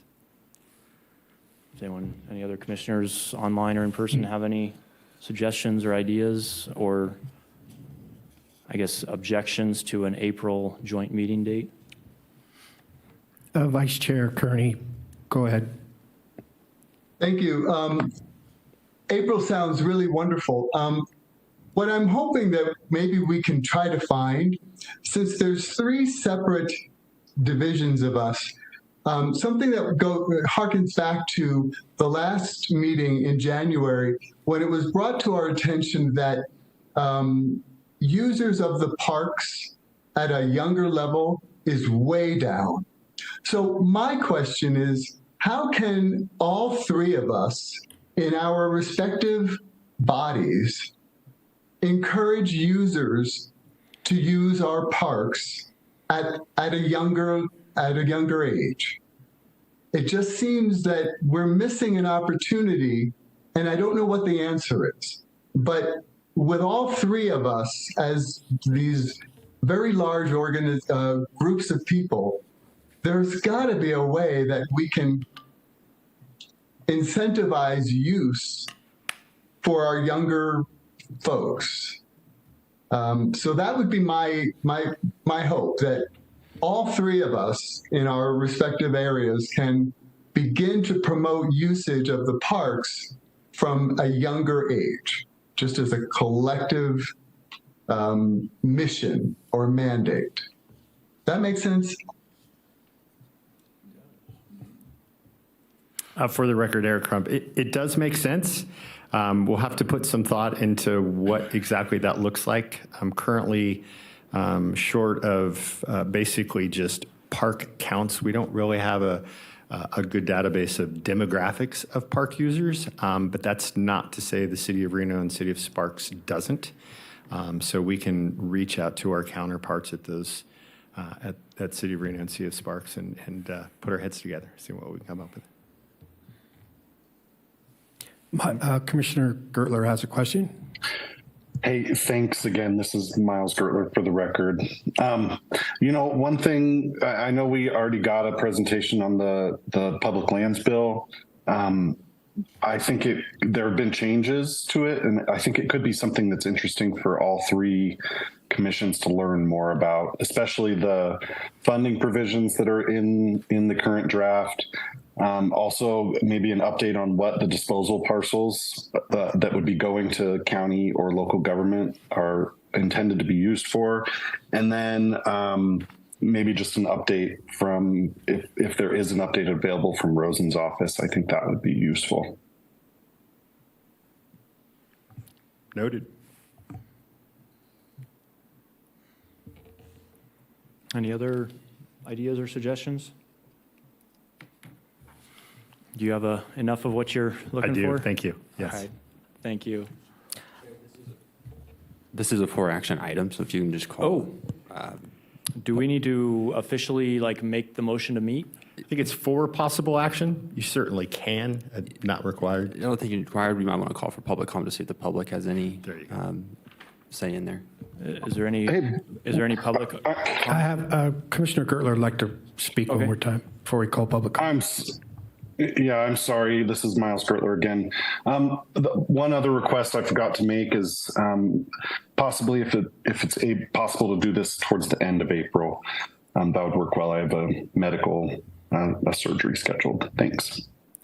This is Recording Secretary Brandon Roman for the record. I will take a look at the chambers and see that last week or so of April to see what is available. And I'll try to find 2 or 3 dates during that week, and I'll poll you guys what the best day would be for you. So we could get something. Are we going to do it here? Is it our turn to do it? We've rotated around. I don't know that we'll do it here. City of Reno might have a better place. Because last year we did it here, but I think it was one of the City of Sparks or Rita were the one who acted, but it was an emergency. But we'll determine a best location. Okay. So, yeah. But I can certainly do that if it decided that we will do it here. And then this is Commissioner Aranda. Just keep in mind, the Washoe County School District is out for spring break last week. Oh, never mind. This is March, not April. Scratch that. Ignore me. If I recall last year, we ended up, I think, at the Health District meeting room, and they did not have the live feed capabilities. Correct. So that would be just my suggestion is, I can't speak for any of the other jurisdictions and what meeting rooms they have, but if it is here, we would have that ability to make sure the meeting is accessible to the public. If I remember correctly, City of Reno was supposed to host, but it fell through their location at the last moment. Yeah, something happened. So we did do it over in Health.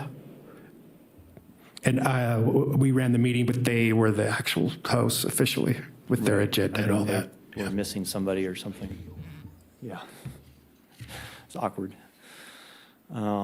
Okay, so, but we don't need to make a motion. We've provided staff direction of what's needed. Correct. I think that's fine. Okay, thank you. Item number 8, presentation and discussion on the draft Truckee Meadows Trails Action Plan by Jay Howard, Trails Program Coordinator. Okay, for the record, Colleen Mollis Barnum, I just want to take a moment and introduce the topic. So Truckee Meadows Trails on the staff report is a community-led initiative. It's designed to improve the range of opportunities for residents and visitors by identifying and establishing non-motorized routes for greater trail connectivity in the Truckee Meadows region. The initiative started in 2017. It's a coalition of land managers, government agencies, nonprofits, private businesses. So on December 3rd of 2019, there was a presentation done by Mark Kimbrough with Truckee Meadows Trails at the time, and it was presented to this commission. So it was basically about the Truckee Meadows Trail Plan and Report and kind of what it took to to kind of bring that all together. At that time, the desire was to have a working group formalized and a trails coordinator hired. And fast forward to today, we actually do have Jay Howard as the hired trails program coordinator.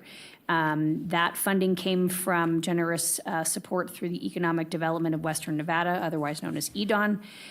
So with that position, Truckee Meadows Trails was able to secure a planning grant. And that planning grant has allowed the next stage of the plan to take shape. That is called the Truckee Meadows Trails Action Plan, which is what today's presentation will be on. So without further ado, and so that action plan has been completed. It is under kind of a draft and some fine tuning, and the hope is to get it adopted, both the plan and the action plan adopted by all agencies. So without further ado, I will introduce Jay Howard, the Truckee Meadows Trails Trail Program Coordinator. Just give me a moment. Technical difficulty here. Come on up, Jay.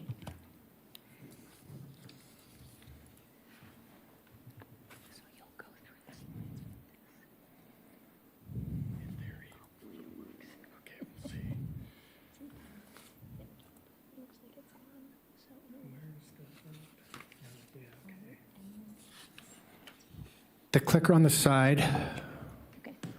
Okay, there we go. Thanks so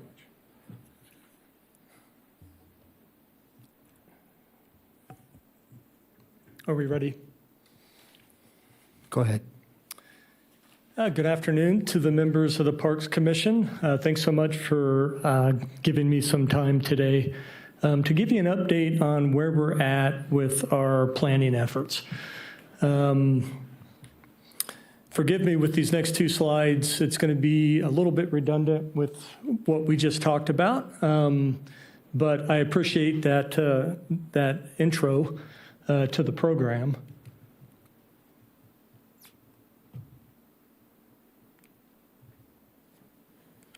Well, it might not be working. Here, just a second. Can you advance? There you go. Maybe? Okay. It should be good now. Okay. So as Colleen just mentioned, by the way, for the record, Jay Howard, I am the program coordinator for Truckee Meadows Trails. This slide, this is the Truckee Meadows Trails program, and you can see there the mission and vision These things all put together in the Truckee Meadows Plan and Report that you see there in the lower right. I'm considering that now to be the foundational document for this program that we've put together with this initiative that was completed in 2021. And the thing that was missing with the plan and report was the action side of things, the implementation strategy that we wanted to put together, utilizing the goals and objectives, the mission and the vision, so nicely outlined in the Truckee Meadows Trail Plan and Report. Next slide.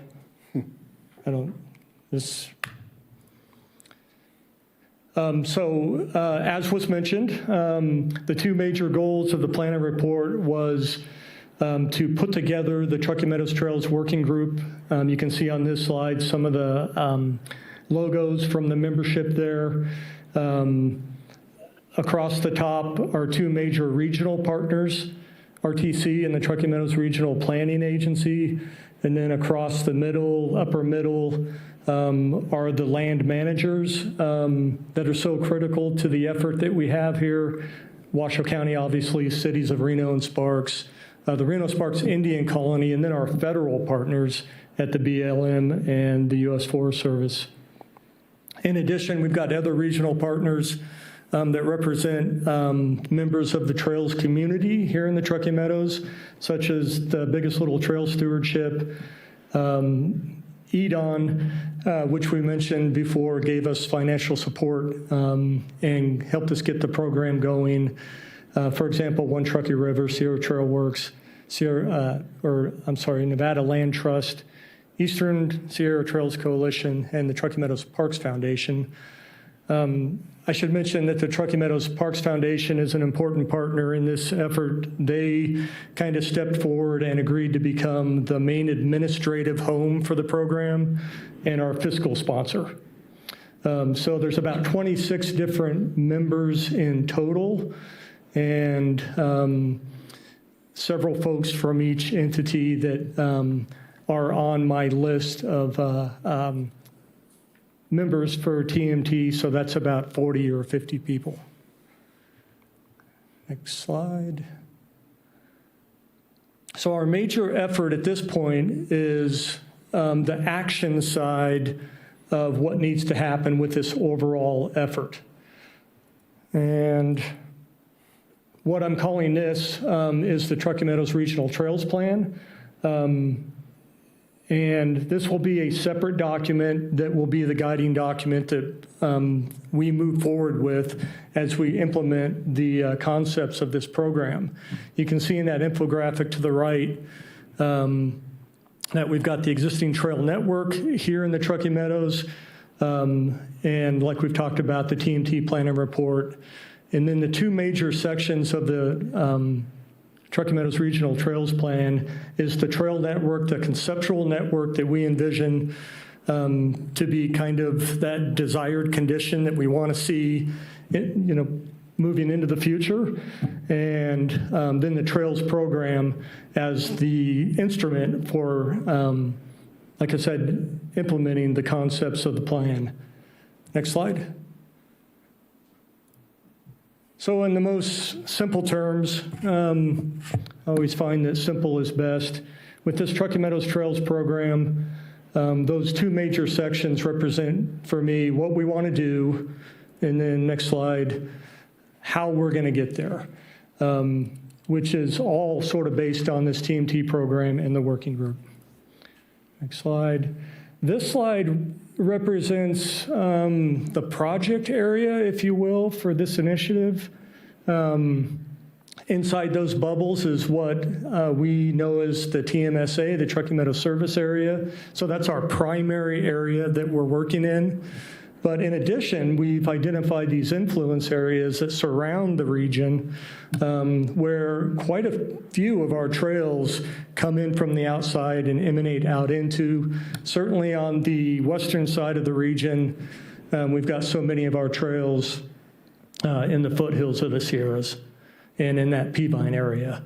So that last couple words there, the outside connections, are, very important in terms of connectivity to our region, how these major trails come in from the outside of the TMSA and kind of connect us to these other areas, like further over to the west in California, Lake Tahoe, and then Carson City to the south, for example.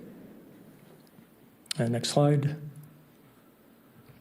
This, I just wanted to put up the basic table of contents. This is what you can expect to see when we complete this plan and put it before this body. You can see there's an introduction, which I want to kind of serve as a plan summary, something of an executive summary without calling it that. And then right up front will be the trail network and all of the subsections associated with that, background trail network, the existing planned and desired trail alignments within our region, how the data should be used within the plan, and then TMT project support. That will be followed up with kind of that action side of how we're going to get there with those things that have been stated in the trail network section. So an actions overview listing all the actions that are part of that effort, which you'll see there. Working group and coordinator roles and responsibilities in those strategic actions that I just mentioned, trail network, funding framework, adoption or integration into other regional plans, public outreach, program analysis and monitoring, and tools for our partners. So we want this document to serve as a resource as well for planners throughout the region that are doing the real work of improving our trail network. Next slide. So there's a lot of words on this page, but I wanted to put this up. These are the key plan recommendations that are going to be right up front in the plan that have to do with new developments, collaboration on project planning and implementation, planning and design standards, and a little piece about the Truckee Meadows Park District and our general support for that. Next slide. So in the conceptual trail network, there's a lot of maps and there's a lot of defining of terms with respect to these concepts.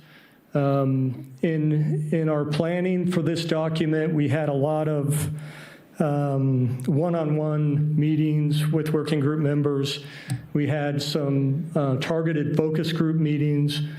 In this particular effort here, we had a trail network focus group. We met a couple different times, and we sort of came up with different concepts of how to outline these planning efforts. We came up with the concept of trail planning areas, which you'll see there in the map, which is kind of the yellowish tan sections, and that might be altered a little bit. Like we mentioned, there's some final tweaking of the plan that's happening.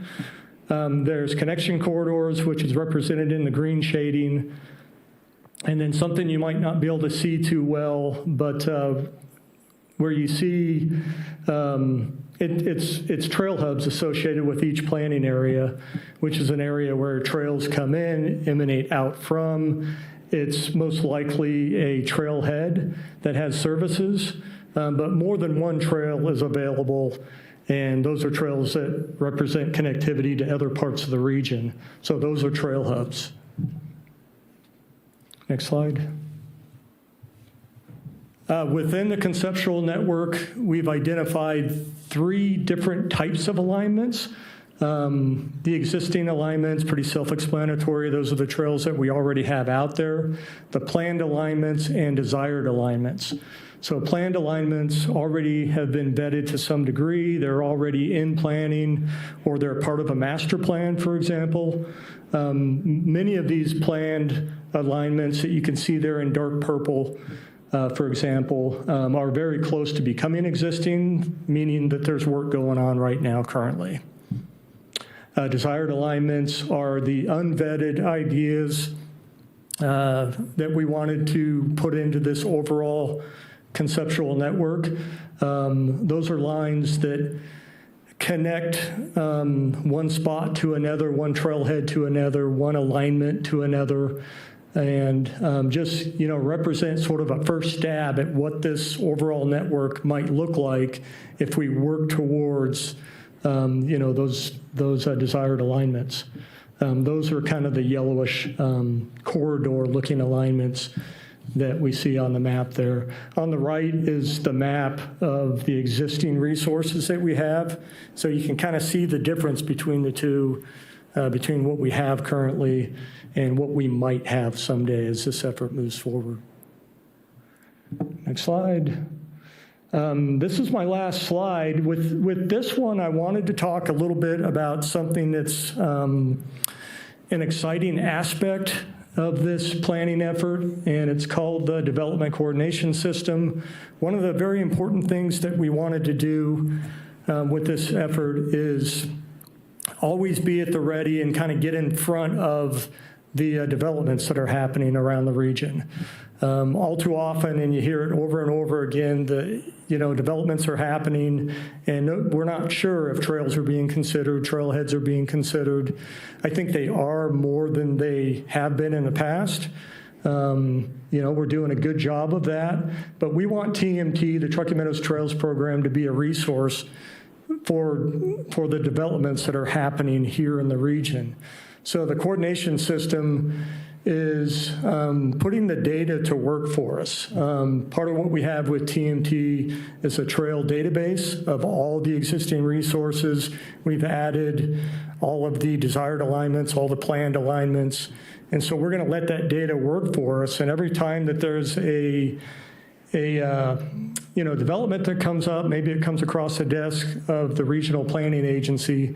That's the primary agency that we're planning on working with for this coordination system.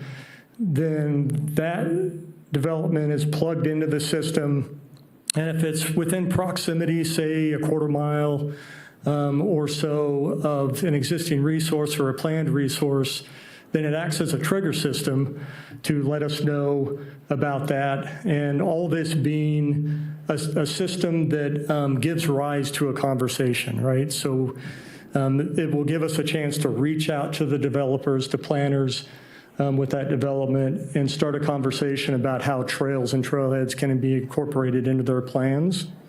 And again, to serve as a resource for them to make sure that we're properly considering those things as our developments happen here in the region. So that was the last slide. Next steps, like we've mentioned, is technical editing, the inclusion of infographics. It's just some final touches that we want to put onto the plan. This presentation is all in an effort to just let you know what we're doing, that this plan is very close to being done. We don't want to have putting the plan before this body to be the first time that we talk in earnest about what it is that we've done. So a bit of a preview as to what you'll see, I think, in the coming weeks, or certainly by next month. We'll bring this plan to a final draft stage, and we'll be ready to put it before the park commissions in an effort, in hopes of garnering your support and recommendation to accept the plan, support the plan, and then move on to the next steps, whatever we think that might be, to get the plan out there to planning bodies, the local governments like we're talking about, and to start implementing this plan. So that's about what I have today. Of course, if there's any questions. Thank you, Jay. Any questions or comments from any commissioners? I have Commissioner Jones. On your key plan recommendations, your planning and design standards, shared use paths and protected bike lanes. Does that include e-bikes as opposed to just pedal bikes? It does. The plan seeks to serve all the different user groups, e-bikes being one of those. In terms of shared use paths, it's with plans like this, there's always sort of a tendency to focus on natural surface trails. You know, that's the thing that we tend to know the best. And, you know, paved pathways, that sort of thing, is sort of a different beast that takes a different type of planning and, you know, to implement those things. So we want to make sure that we're incorporating those things to kind of serve everybody, like I said, to include e-bikes. When it comes to things like pathways, we want to kind of rely on our partners.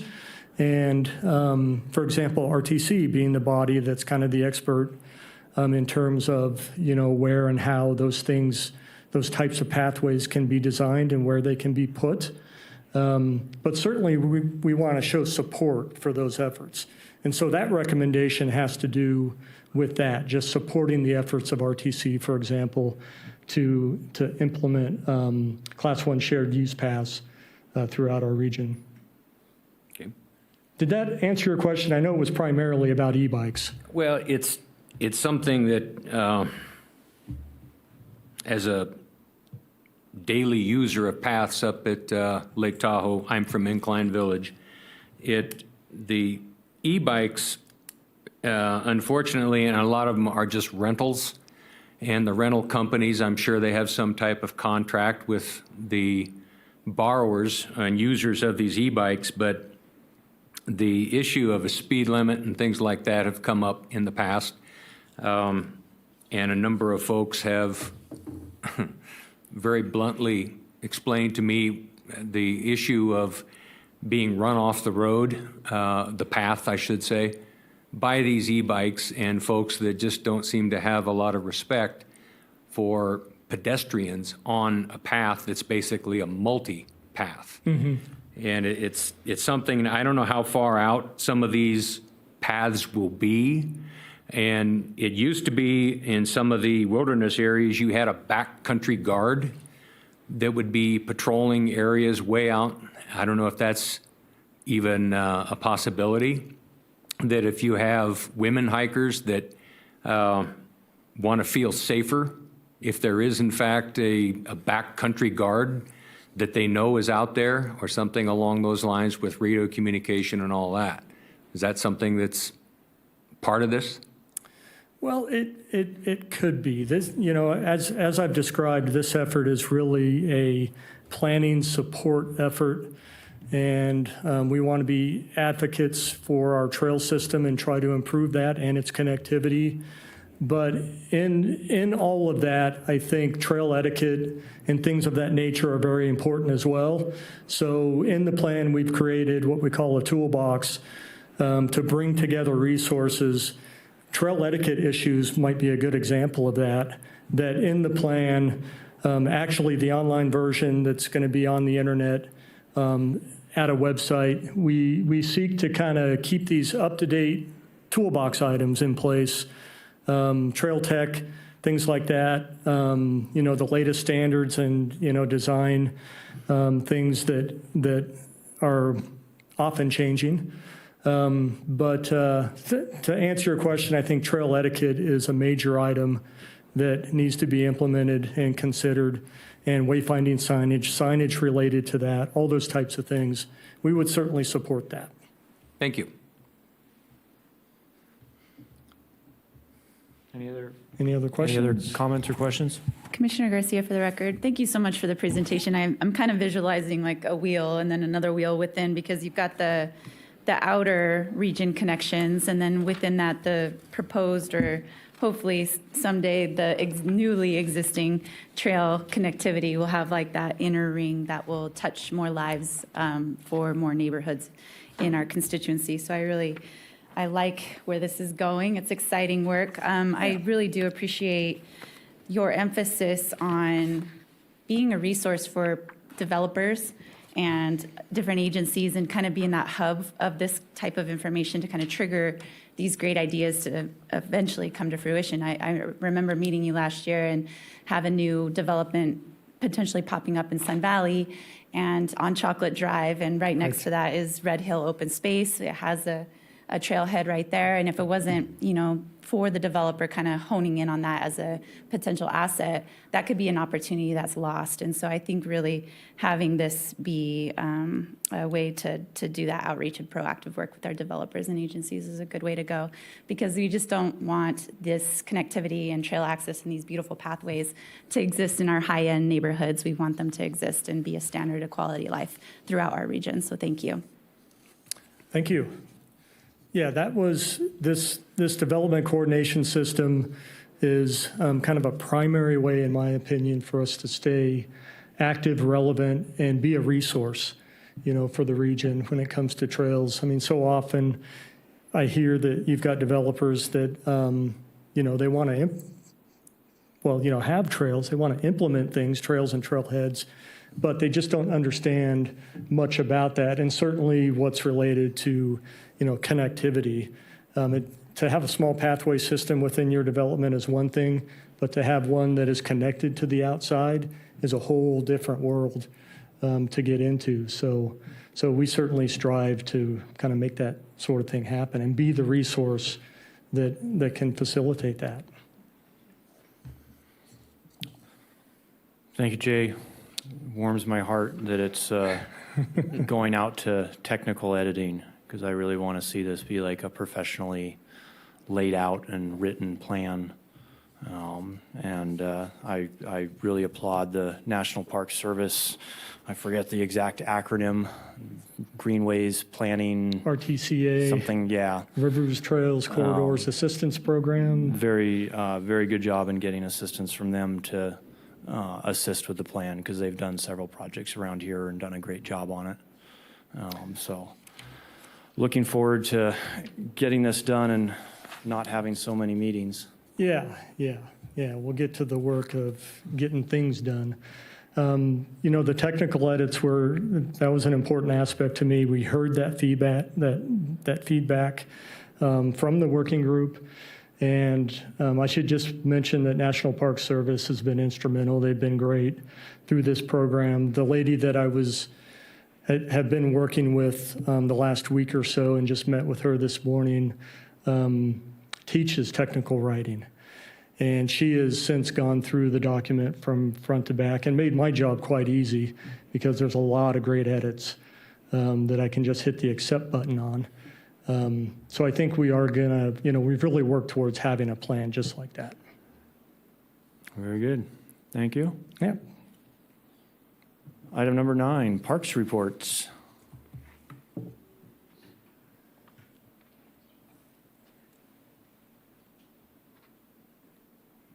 For the record, Colleen Wallace Barnum. I don't have anything to highlight other than the fact that the museum will be opening for county employees, and all of you are welcome to attend. It's a free day for county employees, and it's not open to the public. But anyway, you're welcome to come in on Saturday. The operational hours are 10 to 4 for the new exhibit. It's called Rise of Mammals. It's kind of the dinosaur part 2. So please come by if you have an opportunity. And if not, I'll be happy to get you some passes for some other time while the exhibit's open. Anybody have any questions on the reports? That's amazing. My other son would love that, so he loves dinosaurs. I do want to, Commissioner Randa, for the record, one of the things that I do want to highlight that's in your report that was amazing if anyone else went, but the demonstration of the Winter Light Show. I did get to attend that with my family, and it was really lovely and beautiful, and I would love to see that expanded in the future. And I think that was in our last meeting, we had discussions about possibly utilizing that type of thing in lieu of the Dragon Light Show. And so I just wanted to say that the staff did an amazing job at that, and they really put on a really beautiful show. And the parks team did a really nice job of decorating all the trees and making sure that everything was safe in that area as well. So it was awesome. Wonderful. I'll share that feedback. Thank you.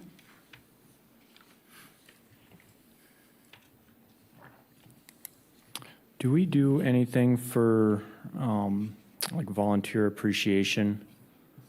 I noticed in the report Cynthia Reed, who has, I believe, for quite a while been helping police the dog waste at some of the South Valley's regional parks. Do Does she ever get any kind of acknowledgement from the county? That was, for the record, Colleen Wallace Barnum, that's the first I had heard of that effort that she was making. So we can certainly do something for her. It could be, resolution of sorts. But Denise does a really good job with volunteer appreciation. But that came to us through an email. So we were unaware of her volunteer efforts, but it is pretty amazing what she was doing out there. Yeah, So I remember her name from when we had the dog park discussions, the hybrid fields down there. And she had mentioned that she was doing that. So maybe now it's just being reported, and I just use that as an example, but it seems like there's often stuff in there, and I'm just curious if they ever hear a thank you from, maybe anyone besides Denise. Obviously, it sounds like she probably reaches out and thanks them, so. yeah, she does. She does a wonderful job with volunteer appreciation. But I'll be sure I can share your appreciation to Cynthia. I'll let her know. Thank you. Any other questions, comments on the parks reports? Director's report?